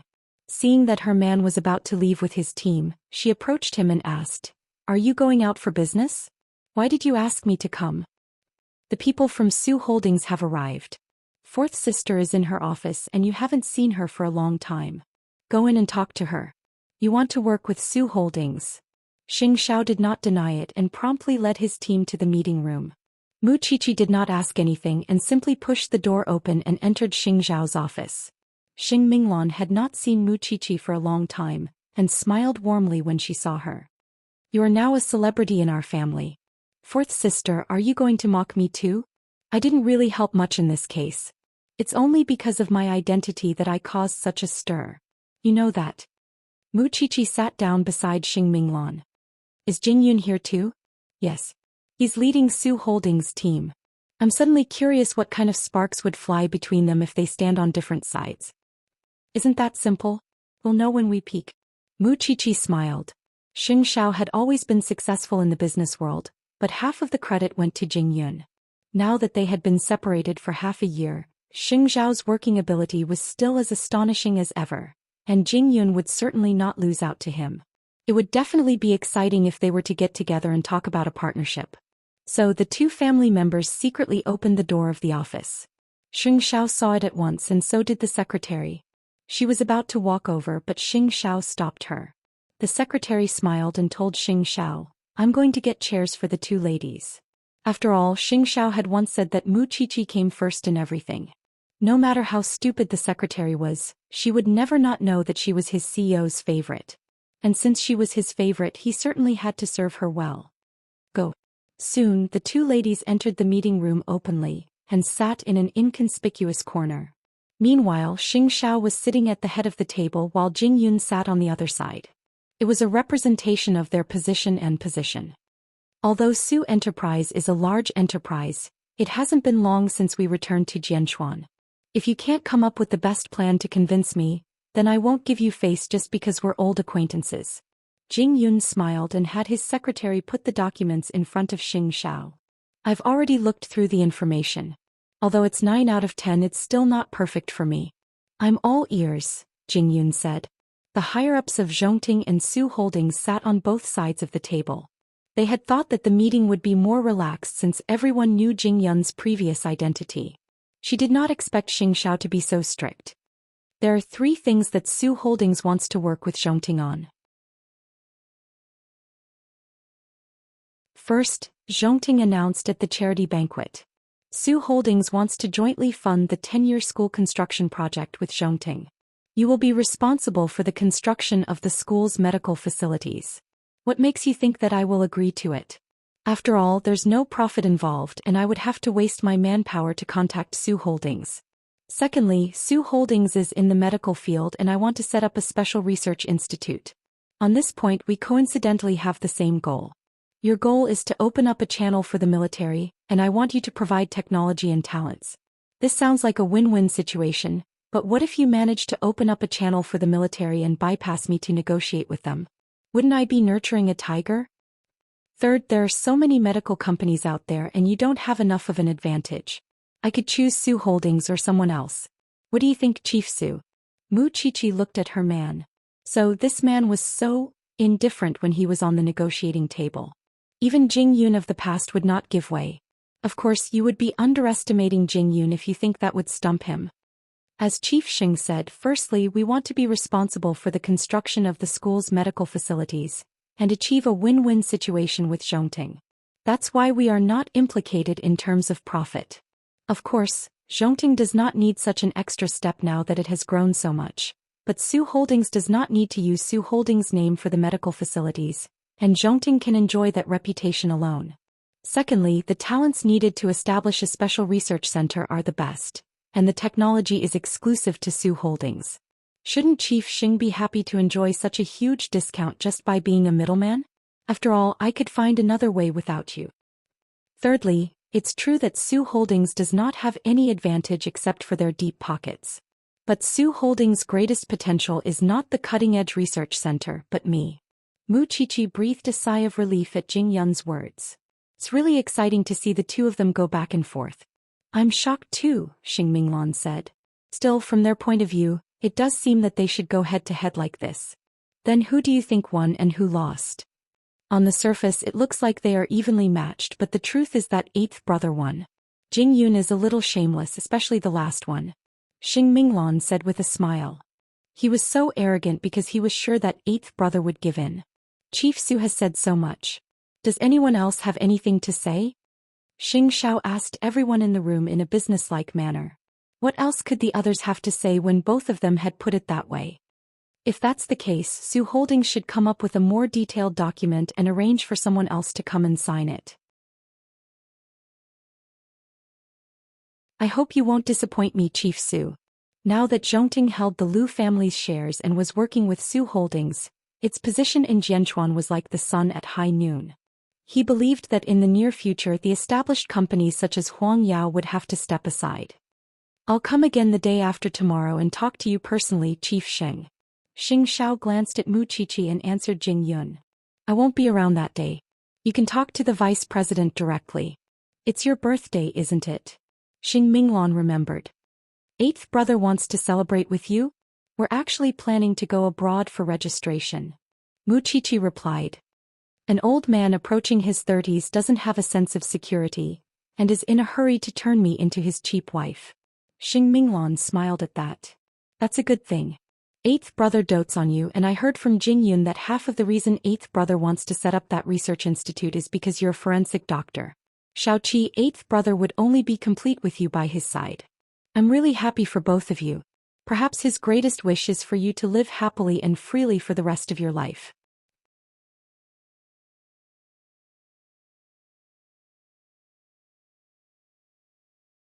Chapter 531. Following Mu Qiqi's gaze, Xing Minglan saw the adoration and gentleness in her eyes. Soon the two men came to their own women. Xing Xiao extended a hand to Mu Qiqi. Let's go. Congratulations, Xing Minglan said, leaning into his arms. Xing Minglan leaned into Jing Yun's embrace and told them, you must inform them about the wedding as soon as possible. That's true. It's still too early. Mu Qiqi blushed and glanced at Xing Xiao. Then we'll go back first. We'll find a chance to have a good chat when you're back. Mu Qiqi nodded and saw Jing Yun and Mu Qiqi off Zhongting. Seeing that her man had returned to his post, Mu Qiqi propped her hands on the table and asked, I thought I could have dinner with fourth sister and Xing Xiao tonight. Fourth sister is in a hurry to go to the hospital for a checkup. Xing Xiao answered without looking up. Pregnant? Mu Qiqi guessed. Probably. That's great news. With that, Mu Qiqi walked around the table and sat on Xing Zhao's lap. Talk to me for a while. How am I supposed to work when you're like this? You called me here and you still want to work. Mu Qiqi deliberately rubbed against his leg. You used to be a flirt, but you've become a flirt after half a year. Xing Xiao could not stand her moving around, so he pressed her down on the table and leaned over to kiss her. If you don't behave, I'll teach you a lesson and make you cry. How do you want to teach me a lesson? Mu Qiqi deliberately rubbed his lips with her fingertips. Xing Xiao did not say anything else and simply helped her up and walked to his own lounge. Although we've been together for so long, I've never seen you talk business with anyone. If I knew you were so charming, I would have gone out with you more often. Xing Xiao leaned forward at that. Little one, did you smear honey on your lips? Just think of it as me. Then I want it. Mu Qiqi was unbelievably proactive today. She directly reached out and grabbed Xing Xiao's shirt, pulling him closer to her. You're asking for it. After Xing Xiao said that, flirtatious sounds soon came from the lounge. When the secretary knocked on the door and got no response, he knew that his Xiao must be making out with Madame, so he did not disturb him. After all, as long as Mu Qiqi was around, the strict man would become so soft that he was not himself. When the two of them came out of the lounge, it was already 3 hours later. Mu Qiqi slept in Xing Zhao's arms and Xing Xiao carried her out and left Zhongting. In the evening, the lights of the Lu mansion was already lit. Lu Qianxian's family was having dinner at the dining table, and the atmosphere was natural and warm. I think I'll be going back to the police academy in 2 days. During the meal, Lin Mu and suddenly said, I'm almost done resting. I don't want to delay the school any longer. I Mu's Qian said. Qian. Mu, Qian, Lin Qian said. I said. Lu Mu Qian Mu. Lu Xiaomu said. You deserve it. Go back if you want to. Lu Qian rolled her eyes. She stopped him from going back because she felt sorry for him. Who would care if it was another man? Lin Muan chuckled. Just as he was about to comfort his woman, Mama Lu suddenly screamed and immediately stood up from the dining table. Lu Qianxian's third uncle rushed into the living room, covered in blood. Mama Lu paled in fright. Qian, save me. Save me. Lu Qianxian looked closely and found that her third uncle's left hand was gone. Blood was flowing out of the wound. Lin Mu and quickly shielded the mother and daughter and shouted at the bodyguards.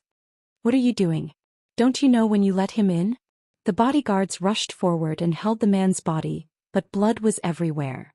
Qian, you have to save me. They really cut off my hand.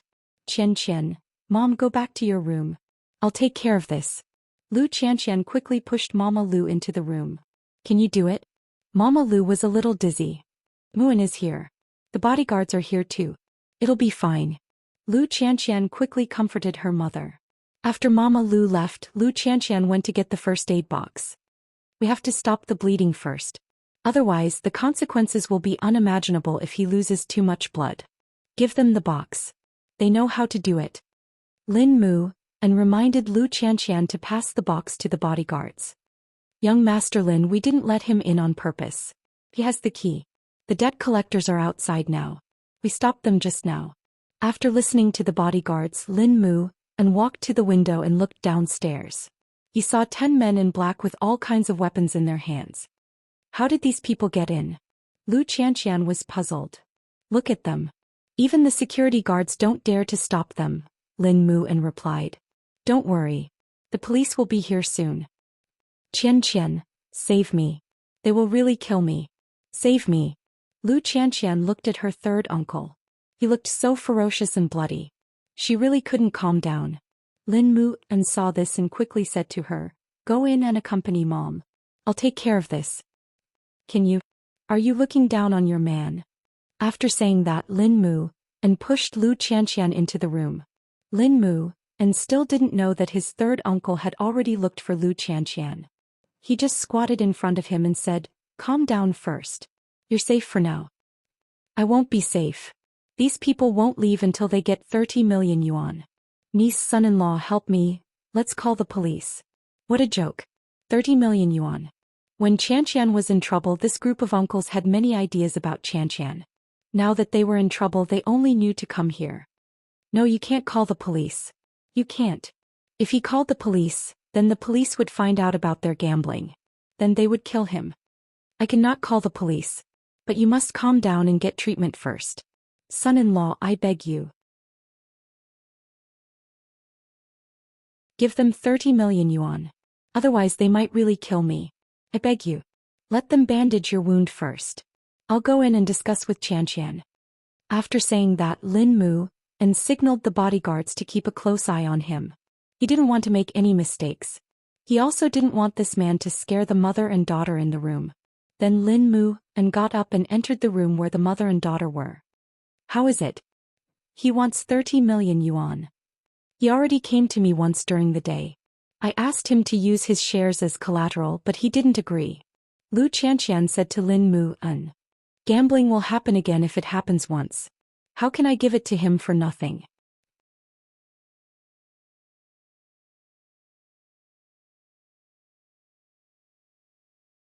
Chapter 532. But what do we do now? Lu Xianxian was also shocked by the bloody scene just now. Don't you think it's strange that he has the key to the Lu family? Lin moved and asked in return. He said he didn't release the snake. Lin moved and glanced at Lu Xianxian and then turned to Mama Lu. Mommy, please call the other uncles. Since he is a member of the Lu family, I can't let you and your mother face him alone.